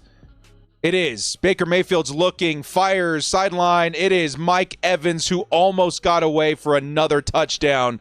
Tarheeb Still had to draw every ounce of strength in him to bring down Mike Evans over the middle. And now they are at the Chargers' 36-yard line, looking to add to what's already the most points allowed by this Chargers defense this year. Yeah, that's pretty bad. That's pretty bad.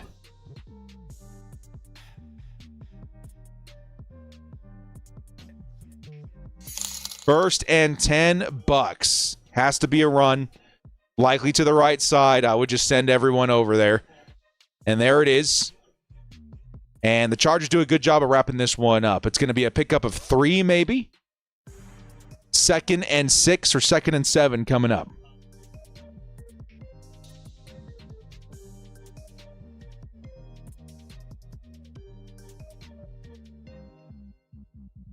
Second and 6 coming up for the Buccaneers. We are now just under 11 minutes left in this game. Chargers looking pretty gassed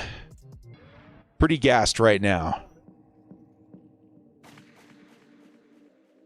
Here comes another run. It's Bucky Irving who cuts inside. He's going to be short of the first down by about 4 yards, maybe 3. It'll be 3rd and short coming up for the Bucs. Yeah, Mike Evans is insane.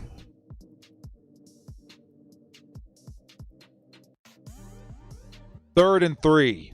Man, it's been a while, man. It's been a while since we've seen a beatdown this bad on the Bolts. It does not feel good. Can they turn it around? I don't know. I want to see effort, though. I really do. Despite what's going on, I want to see effort. Here comes the next carry. It's White who navigates beautifully, finding a first down. That should have been a loss of yards. Instead, awesome vision by White. Cuts into the open space on the left and finds a first down instead. That's crazy. That was a crazy good run.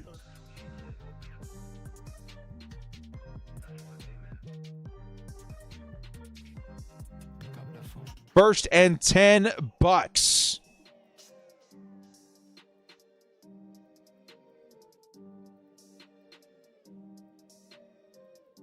Tight formation for the Buccaneers. It's a run up the middle. Bucky Irving gets tackled by Derwin James real early. It's a 2nd down coming up. They're in field goal range now, though. So, I mean, yeah, I don't know, man. I don't know. Kyle with the 27 months. This team can't figure out four full quarters of offense. I saw a pundit say Herb is the best streaky quarterback in the NFL. Can be red hot and go ice cold. Yeah, I mean, you're not too far off. I think some consistency needs to be built over the course of the offseason this year for sure. And one of the biggest things they can do for themselves, even if this game is a pretty big L. Now, I'm going to tell you guys, it's probably the biggest L we're going to take this year. Here comes a pass over the middle for Cade Otton. And, man, I cannot believe Otton held on to that football, dude. Dayan Henley, as Otton was hanging in midair, upside down, Henley was trying to rip the ball out, and still Otton was able to hold on to it. First down, Tampa Bay. Even with this huge beatdown today that the Chargers are likely going to take in this L, the biggest thing that you can do for yourself is gain momentum at the end of the season, right? Whether it's winning 3, whether it's winning 2 out of the 3, the Chargers, they got to end double digits. They got to. I think that's a huge, huge, huge thing for this team as they enter a season with a lot of hope. Oh, man, big blitz by Derwin James, but Baker Mayfield able to get it away at the very last second. That's a touchdown, Bucs. And by far and away, the most points scored against the Los Angeles Chargers defense in 2024. Yeah, the Chargers are now gushing blood at this point. They are bleeding out. Very, very unfortunate day for the Chargers defense, man. Offense didn't help much, but the defense certainly has not seen a day like this all season long. But hey, congratulations to Buccaneers fans. You guys have an awesome, awesome offensive unit. Mike Evans is one of my favorite receivers in the NFL. Sucks saying that right now while we're getting completely demolished. But it's just the truth. That'll put them at what, a 8-6, actually matching the Chargers 8-6 record for the season. And hopefully the Chargers get the ship right after this week, man. Crazy stuff. I mean, even with an L here, mind you, chat, the Chargers are still very much so statistically favored to make the playoffs. It would take a tremendous slide in the next 3 weeks for the Chargers not to make the postseason.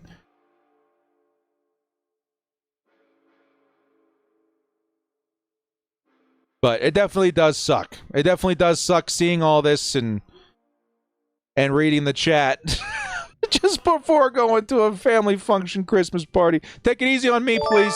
At least a little bit. I know we're all sad and we're all feeling it, and it sucks. Just remember, at the core of it all, I'm a Chargers fan too. That's why I'm here. I'm hurting with you. Let's be a little gentle in the chat. Jason with the $2 holla sign, QBJ or OBJ tomorrow is what you're saying. OBJ. I mean, yeah, that could help a little bit. Honestly, it's going to be interesting to see how the Chargers tackle the need at receiver during the offseason, because I mean, I like this class okay in terms of wide receiver. I maybe like the free agents a little bit better. But it's something they have to address. So you're going to see something happen. You know what I mean? But we're going to get creative in figuring out how that approach should look. Because I don't know, a first-round receiver in the 20s, likely where you're picking, is that enough to move the needle? It could be. It's just not the same class as last year. You know what I mean? Brad with the $5 holla. Can't really be mad at the defense today. They're the reason we won some of those close games. They can't do everything every game. And that's true. I mean, sometimes you see when something is unbelievable and it happens every single week, you start to kind of demand it. You know what I mean? And that's fine. Demand that of your players. But what they were doing was certainly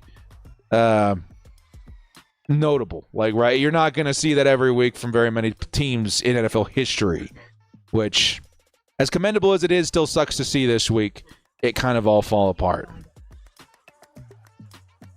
Erie with the $1 holla. Thank you so much for the support despite the experience today, man. Just remember this. On the 1-year anniversary of sacking Brandon Staley, this was a very common occurrence before this season. Or just remember how much this sucks and remember how bad this feels and reflect on the fact that this was a very common thing last year, dude. This was a very, very regular feeling in 2023. It's kind of catching all of us off guard this year because we haven't seen a game like this year, which, you know, credit to the Bucs for what they're doing and how they've accomplished it. But it's a definite, you know, gut punch this week because we just didn't see it coming. None of us saw it coming. Deshaun with the 2. We have too many needs. Yeah, we got a lot to cover. But honestly, again, like, not to be the optimist in the room, at the top of the offseason, I would have told you we were in huge trouble. Like, we had needs everywhere, that nothing was certain and everything was bad. And it turns out, hey, we got some awesome corners. And, hey, it turns out we got some good running backs. That's probably still going to be something we address this year. But, you know, I mean, it could be worse. It could be worse. I think we found some strengths we didn't know we had. We really identified some weaknesses that we got to tackle. But more so than anything, I think this has been a much better year than a lot of people gave us credit for, which, you know, you got to take what you can take in days like today. Mikey says, remember, Joe Ortiz did nothing at the deadline. I will say that was weird, especially with a league-leading defense. But, hey, you know, you got to take what you can get. Lad McConkey tried to bring in a huge pass down the sideline by Justin Herbert, and that is going to be a PI versus the Tampa Bay Buccaneers. That's going to be a significant penalty. Chargers playing for pride at this point. They're going to pick up a massive, massive amount of yards. By the way, Quentin Johnston back out there. That's good news to see.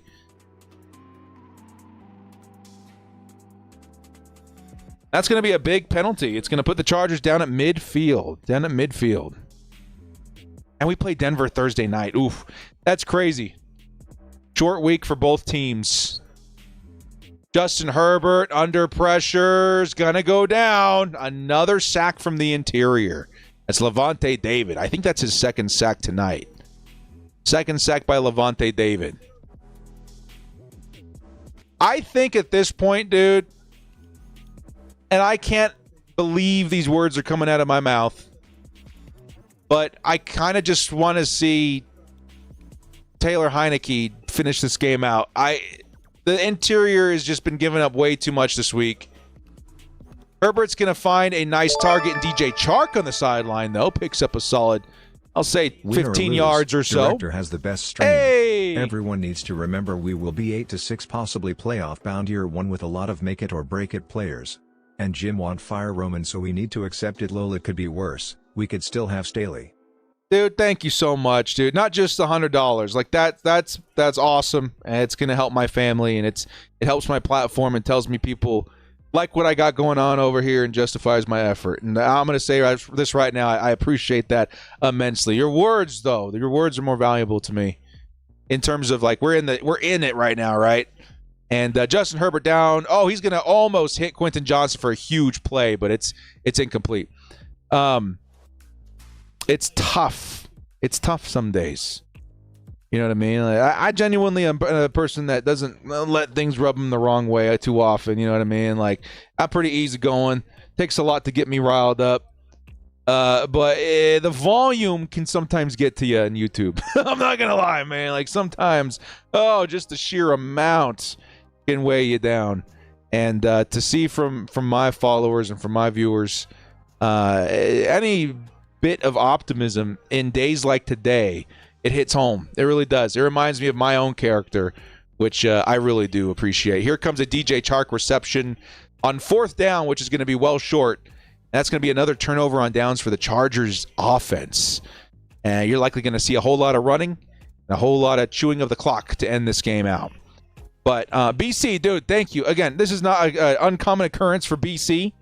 Week in and week out, dropping the hundies and the support and the love and the good words. But really, thank you so much for keeping your head high and encouraging the same of your peers and your Chargers fans. 8-6, still very much so playoff bound. You know, it's definitely not secure. We got some work to do, and the Chargers know this. But it's a great, great place to be. Your first year of a rebuild, a retool with Jim Harbaugh. It's going to be a lot of change. You're going to see a lot of adjusting, a lot of movement you're going to see throughout the course of the offseason, not just in terms of players, which you're going to see plenty of, but maybe even personnel, because Jim Harbaugh is just kind of that kind of dude. And it's definitely something that gets me pumped for the future. It's okay to be disappointed in the present and expect more of everyone in the now, while also being excited for the next day, the tomorrow, and the future. Because quite honestly, it's really difficult for me, even if I'm stepping back and saying, look, being completely 100% transparent and honest, it's really hard for me to say, as bad as this game looks and as bad as some games have been this season, not to be optimistic about where we're headed. Because there is a whole lot of good coming for this team in the next couple of seasons. So anyway, thank you so much, BC. That means a lot to me. It really does. Danger close to the 5 says, how many teams have we beaten this year that have a winning record? That's going to change over the course of the next couple of seasons. For one, our schedule was not too shabby this year, so you're going to see a lot of that, which, again, doesn't paint a great picture of the Chargers this season. But honestly, again, it's going to take time. And the Chargers, to become that unit, need a little bit more of it. Time. They need time to get the roster right. They need time to figure out their identity. They need time to see how well they want to execute what they want to execute. And, yeah, we're at the point of the season where you would hope to see a little bit better. But, again, 8-6... that's a heck of a lot better than I gave this team credit for at the top of the year. I mean, maybe I wasn't one of those people. Maybe I was overhyping it. But at the same time, like, you got to realize how much good was brought out of this offseason and how much more is headed our way. You know what I mean? Like, just think of the draft. Joe Alt, Lad McConkey. We got the corners. We got Kamani Vidal. We don't even know what Brendan Rice looks like yet. You know what I mean? Like, that's a whole lot of good. We got a whole lot of awesome free agents. And it's going to happen again next season. And, as that continues to accumulate and snowball, you're going to see this team turn into, what it is, which is maybe a little underwhelming, maybe still not quite sure of what its identity is, into what a Jim Harbaugh team has historically told us it is. Winners, championship caliber teams. And it takes more than just one season to do that. Now, what I can say that is following the pattern of a Jim Harbaugh career is that the Chargers did go from a 5-win season last year to already a much better 8-win, if not, honestly, double-digit win team this year. And that is going to reflect well on his career, but more so reflect well on what the future holds in terms of potential going forward. We got some work to do, and we're going to talk the heck out of it about it during the offseason. That's sneakily like one of my favorite parts of my channel is the theory and the speculation in the offseason, because, man, sometimes you get yourself hyped up and you start thinking about the possibilities, and it actually does hit, and it's an awesome experience, an awesome ride throughout the season, watching the fruits of all of that speculation and labor actually come to fruition. Yosef with a 5. This loss doesn't hurt as much. To me, this loss showing clear lack of talent, interior offensive line, wide receiver. Nothing we do about it until next year. And sometimes, just like the Chargers making a move for Jim Harbaugh, you need enough of like an example of like falling short to push you over the edge saying, yeah, okay, all right. It's bad. We got to do something. And you're going to see that this season for sure. By the way, they're just running the football. I'll let you guys know if something crazy happens. They're running the football and chewing the clock. But this game may have been enough to help push the Chargers in one direction or another in the offseason in terms of acquiring interior offensive line and wide receiver for Justin Herbert, because this was a very painful game to watch. Herbert gets sacked over and over again. No weapons to throw to other than Ladd. It's been a tough one. Tim coming in says, T. Higgins, please. Yeah, T's definitely on my list, man. T's definitely a big target for everybody in the offseason, but I think certainly the Chargers would love to get a guy to complement Ladd McConkey in free agency. Here comes the next run, and it's going to be Rachaad White. He's going to maybe lose 2 yards. It's a 3rd and medium coming up. 3rd and medium coming up. Why am I still here? I mean, it's my Chargers. Even in real life, you can ask Mrs. Director. Like, even if we're taking a beat down, even if it's, you want to beat traffic or whatever, I am not leaving anything until it's over, especially football games. You know what I mean? I will sit in the stands and wait until the final minute. I will reflect on my experience. I'll take some photos, yuck it up with the friends and the fam, and try and take away a good experience, even if it's something that's like a crushing loss. Here comes the next run. First down, Bucs. Likely more chewing of the clock. You guys will know I've been following the Cougs pretty closely this year.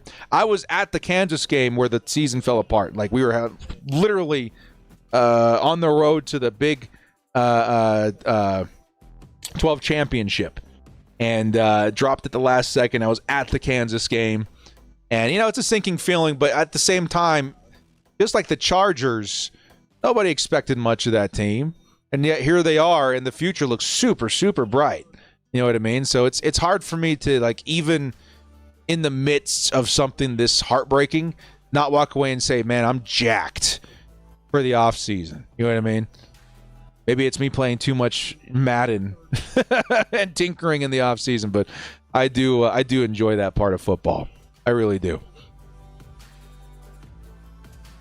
Here comes the next run by 44, whoever that is. It's going to be a pickup of 1, and the clock continues to chew. There's always next year, and I'm here for it, man. I ain't done. I will never be done.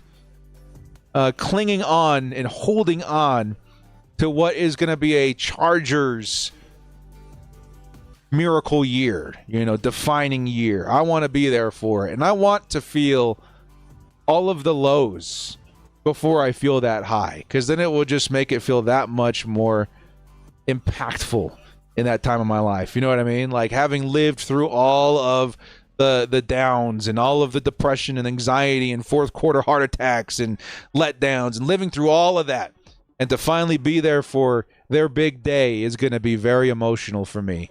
Even if we never get it, which I 100% in my heart believe we are going to get it, the ride is enough to help me get up every day and be excited about my team. I am always jacked about the Chargers. Even after a 5-win year last season, I was jacked about the offseason. Always something to be jacked about. And this team, to me, I don't know what I would do if I wasn't a Chargers fan. Honestly, I don't know what I would do. What's the reason for being here? You know what I mean? Why watch football? Why indulge in these in these hobbies and in these interests? Like, why? If I wasn't a Chargers fan, I don't know what I would do. I will always be here. But hey, short week. We got to get our heads straight. We got to get our minds right.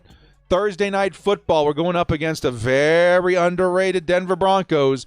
And at that point, the Broncos are going to be what? They're going to be 9-5 now too, right? So they're going to be 9-5. At that point, you're probably playing, for some big playoff implications at that point. You got to take down that division right. We got to get our head right. So lick your wounds. Be mad today, but most certainly we have got to be ready to bolt up tomorrow, man. We have got a huge match against in front of us on Thursday. Not a lot of days to think about it either. Not a lot of days to lick our wounds and recollect ourselves. We got to get right quick.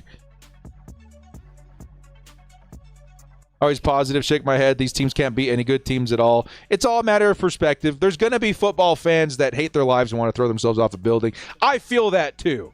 Let's be clear. I feel tremendous sadness and depression and heartache and pain when you see a game like this. I'm gutted. I'm sad. I'm very, very sad. But I love this team too much to hide my enthusiasm about them, even in moments like this. Does that make sense? Some people hate me for that. Some people in my actual life, like in real life about different things, hate that about me. And it is what it is. There's going to be people that hate, any sort of pick me up, even in the dark side, because they got to feel that darkness, right? You gotta live that origin story, which I respect. That's some people's process. That's not mine though, because I can't function that way. I don't work that way. It's not the way I'm made, and I'm just gonna stick to it. It's gotten me this far. You know what I mean?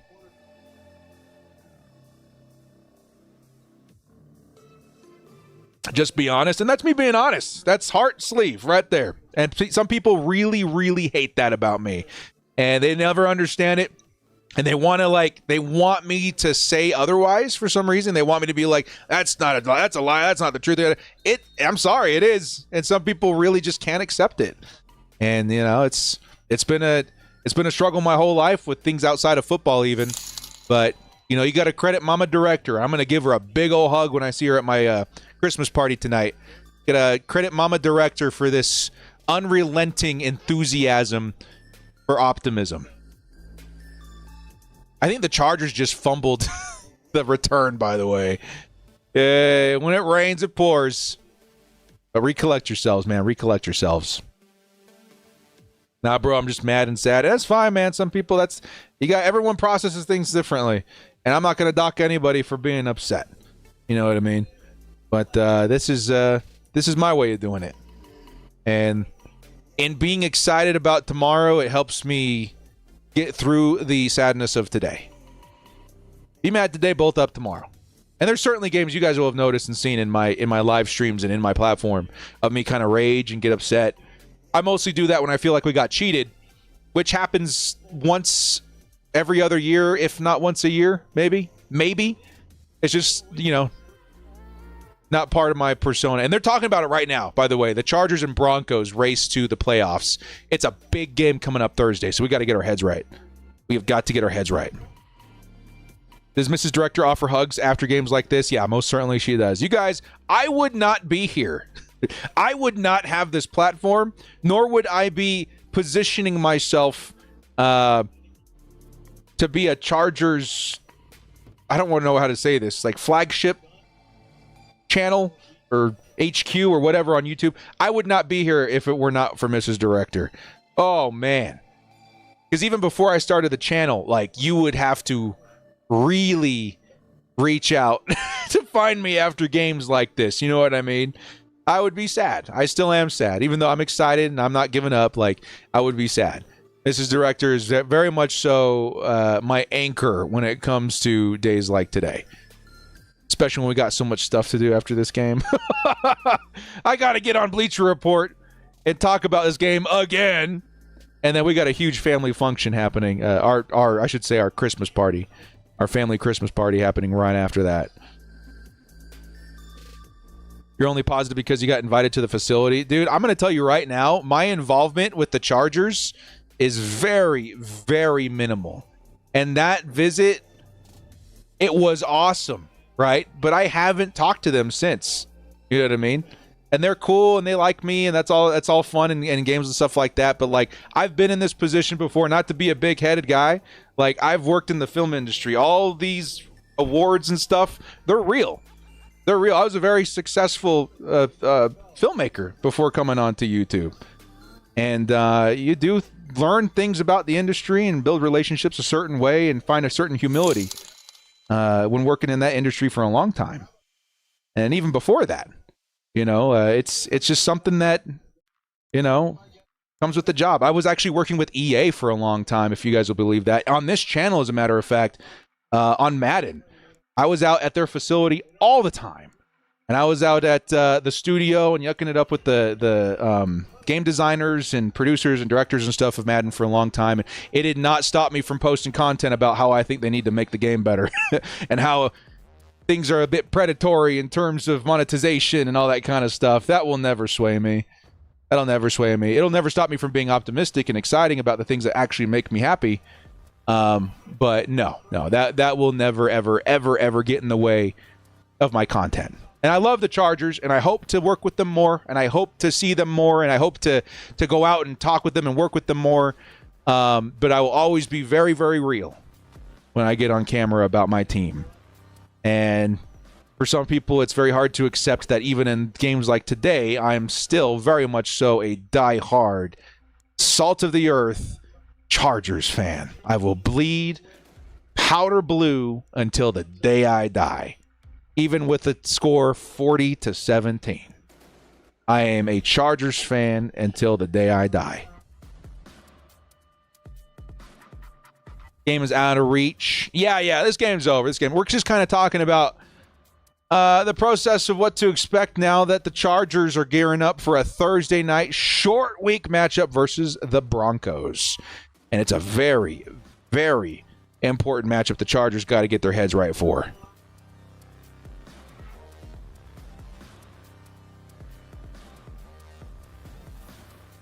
First blowout of the season. Yeah, that was what I was saying before, dude. This is such a common thing in 2023.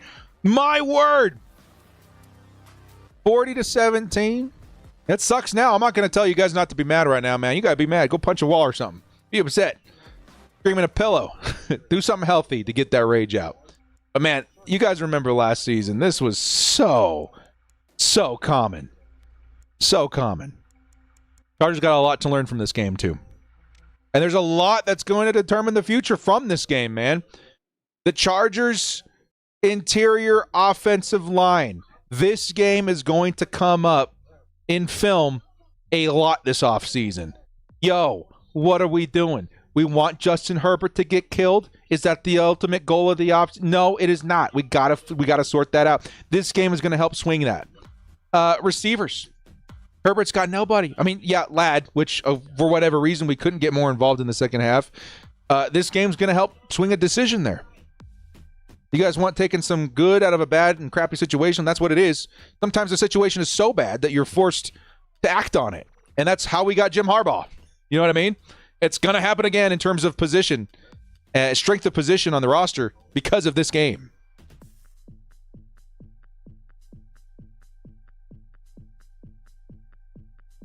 Draft the best center available this offseason. Unfortunately, I don't know how many there are.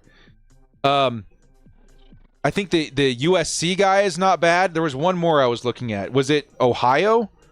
Did they have a pretty good center as well, or was that a guard?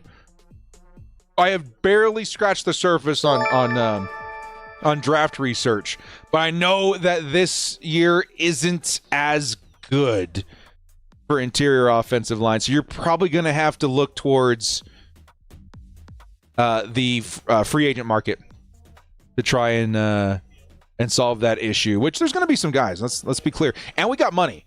And if you're worried about the Chargers spending money or lack thereof spending money on the interior offensive line, think again. They will put money into that offensive line for sure. And we got a whole lot of money to spend next offseason. It's going to be a fun one, man. I'm very excited for the offseason content. It's going to be a fun offseason on how to get the roster up to speed for Jim Harbaugh. It's going to be awesome. Colt Dog with the 2. Mad, sad today. Bolt up tomorrow. Shout out Director. Thanks, guys. Again, it gets tough in here. we at points on the channel get to, I would say, around 2,000 viewers, right? I would say that's pretty common, right? Pretty realistic. A lot of times we'll get in and around 2,000 viewers, maybe like 1,800, 1,600, somewhere around there. But the consistent from my platform in every single week with that sort of energy, I would say there's probably about 1,000 of you, maybe 800. And you guys, man, you're spreading the good word, dude. I appreciate that. This is going to sound a little corny. I'm going to say it anyway. I feel kind of like a responsibility to help spread what I feel are good human values through my platform. Does that make sense?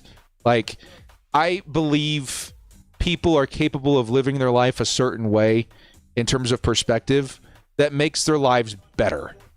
And I try to come off in a way that leads by example in that idea. And I feel like a lot of my audience takes that to heart in a good way, right? Because when I read my comments a lot of times, sure, they're not all going to be great. Sure, there's a good amount of them, especially in a week like this week, where it's the opposite. But for the most part, I would say I have a really, really kind, I would dare say family-friendly, optimistic, supportive, and just fun community of Chargers fans on my platform, which is really what I've been trying to build these last 5 years. And that makes working on and in YouTube for Chargers content so much more enjoyable for me. So to the 900 you guys or 800 you guys are still in here that are from my platform that really follow that and spread that message with me, like, thank you. That means more to me than a lot of things that this channel could bring to my life. And that, I don't know. Again, I'm going to give Mama Director a big old hug because this is all her, dude. This is all her influence. She taught me to be a happy person. And if I can pass that on to any of my viewers, well, man, that's from Mama Director too. JJ with the $2 holla. What are we doing with Mac Bosa? They've been quiet. I think Mac has a really good shot at coming back. Bosa kind of feels like the injury thing more so than anything's going to maybe push him in a different direction. So, I don't know about that. Well, guys, I'm going to jump over to Bleacher Report now. We're going to cover this game over there, kind of talk about what the future holds mostly, because I don't know if I'm going to have time to do a post-game report as we have a Thursday night football game this week. Tomorrow may actually end up being the game preview for the Broncos. So if you guys want that video, if you guys want that content of the post-game reaction, head over to Bleacher Report right now with me, and we'll dissect this game and talk a little bit about what the game plan is going forward, because it's going to be a pretty important one. And there's going to be a lot of talk about how the team can better themselves and position themselves for not just the playoffs this year, but for the future as a whole. So should be a lot of fun, man. Should be a lot of fun. Well, guys, thank you so much for joining me. This has been the Director. Thank you to all of the do-gooders out there and all the optimists, despite, a horrible situation. I feel very bad for anybody that went to this game in person. But, hey, bolt up till the day you die, man. Bleed powder blue. It'll be better tomorrow. There's a better tomorrow waiting for us as Chargers fans. I almost guarantee it. We'll catch you guys later. As always, bolt up and stay frosty.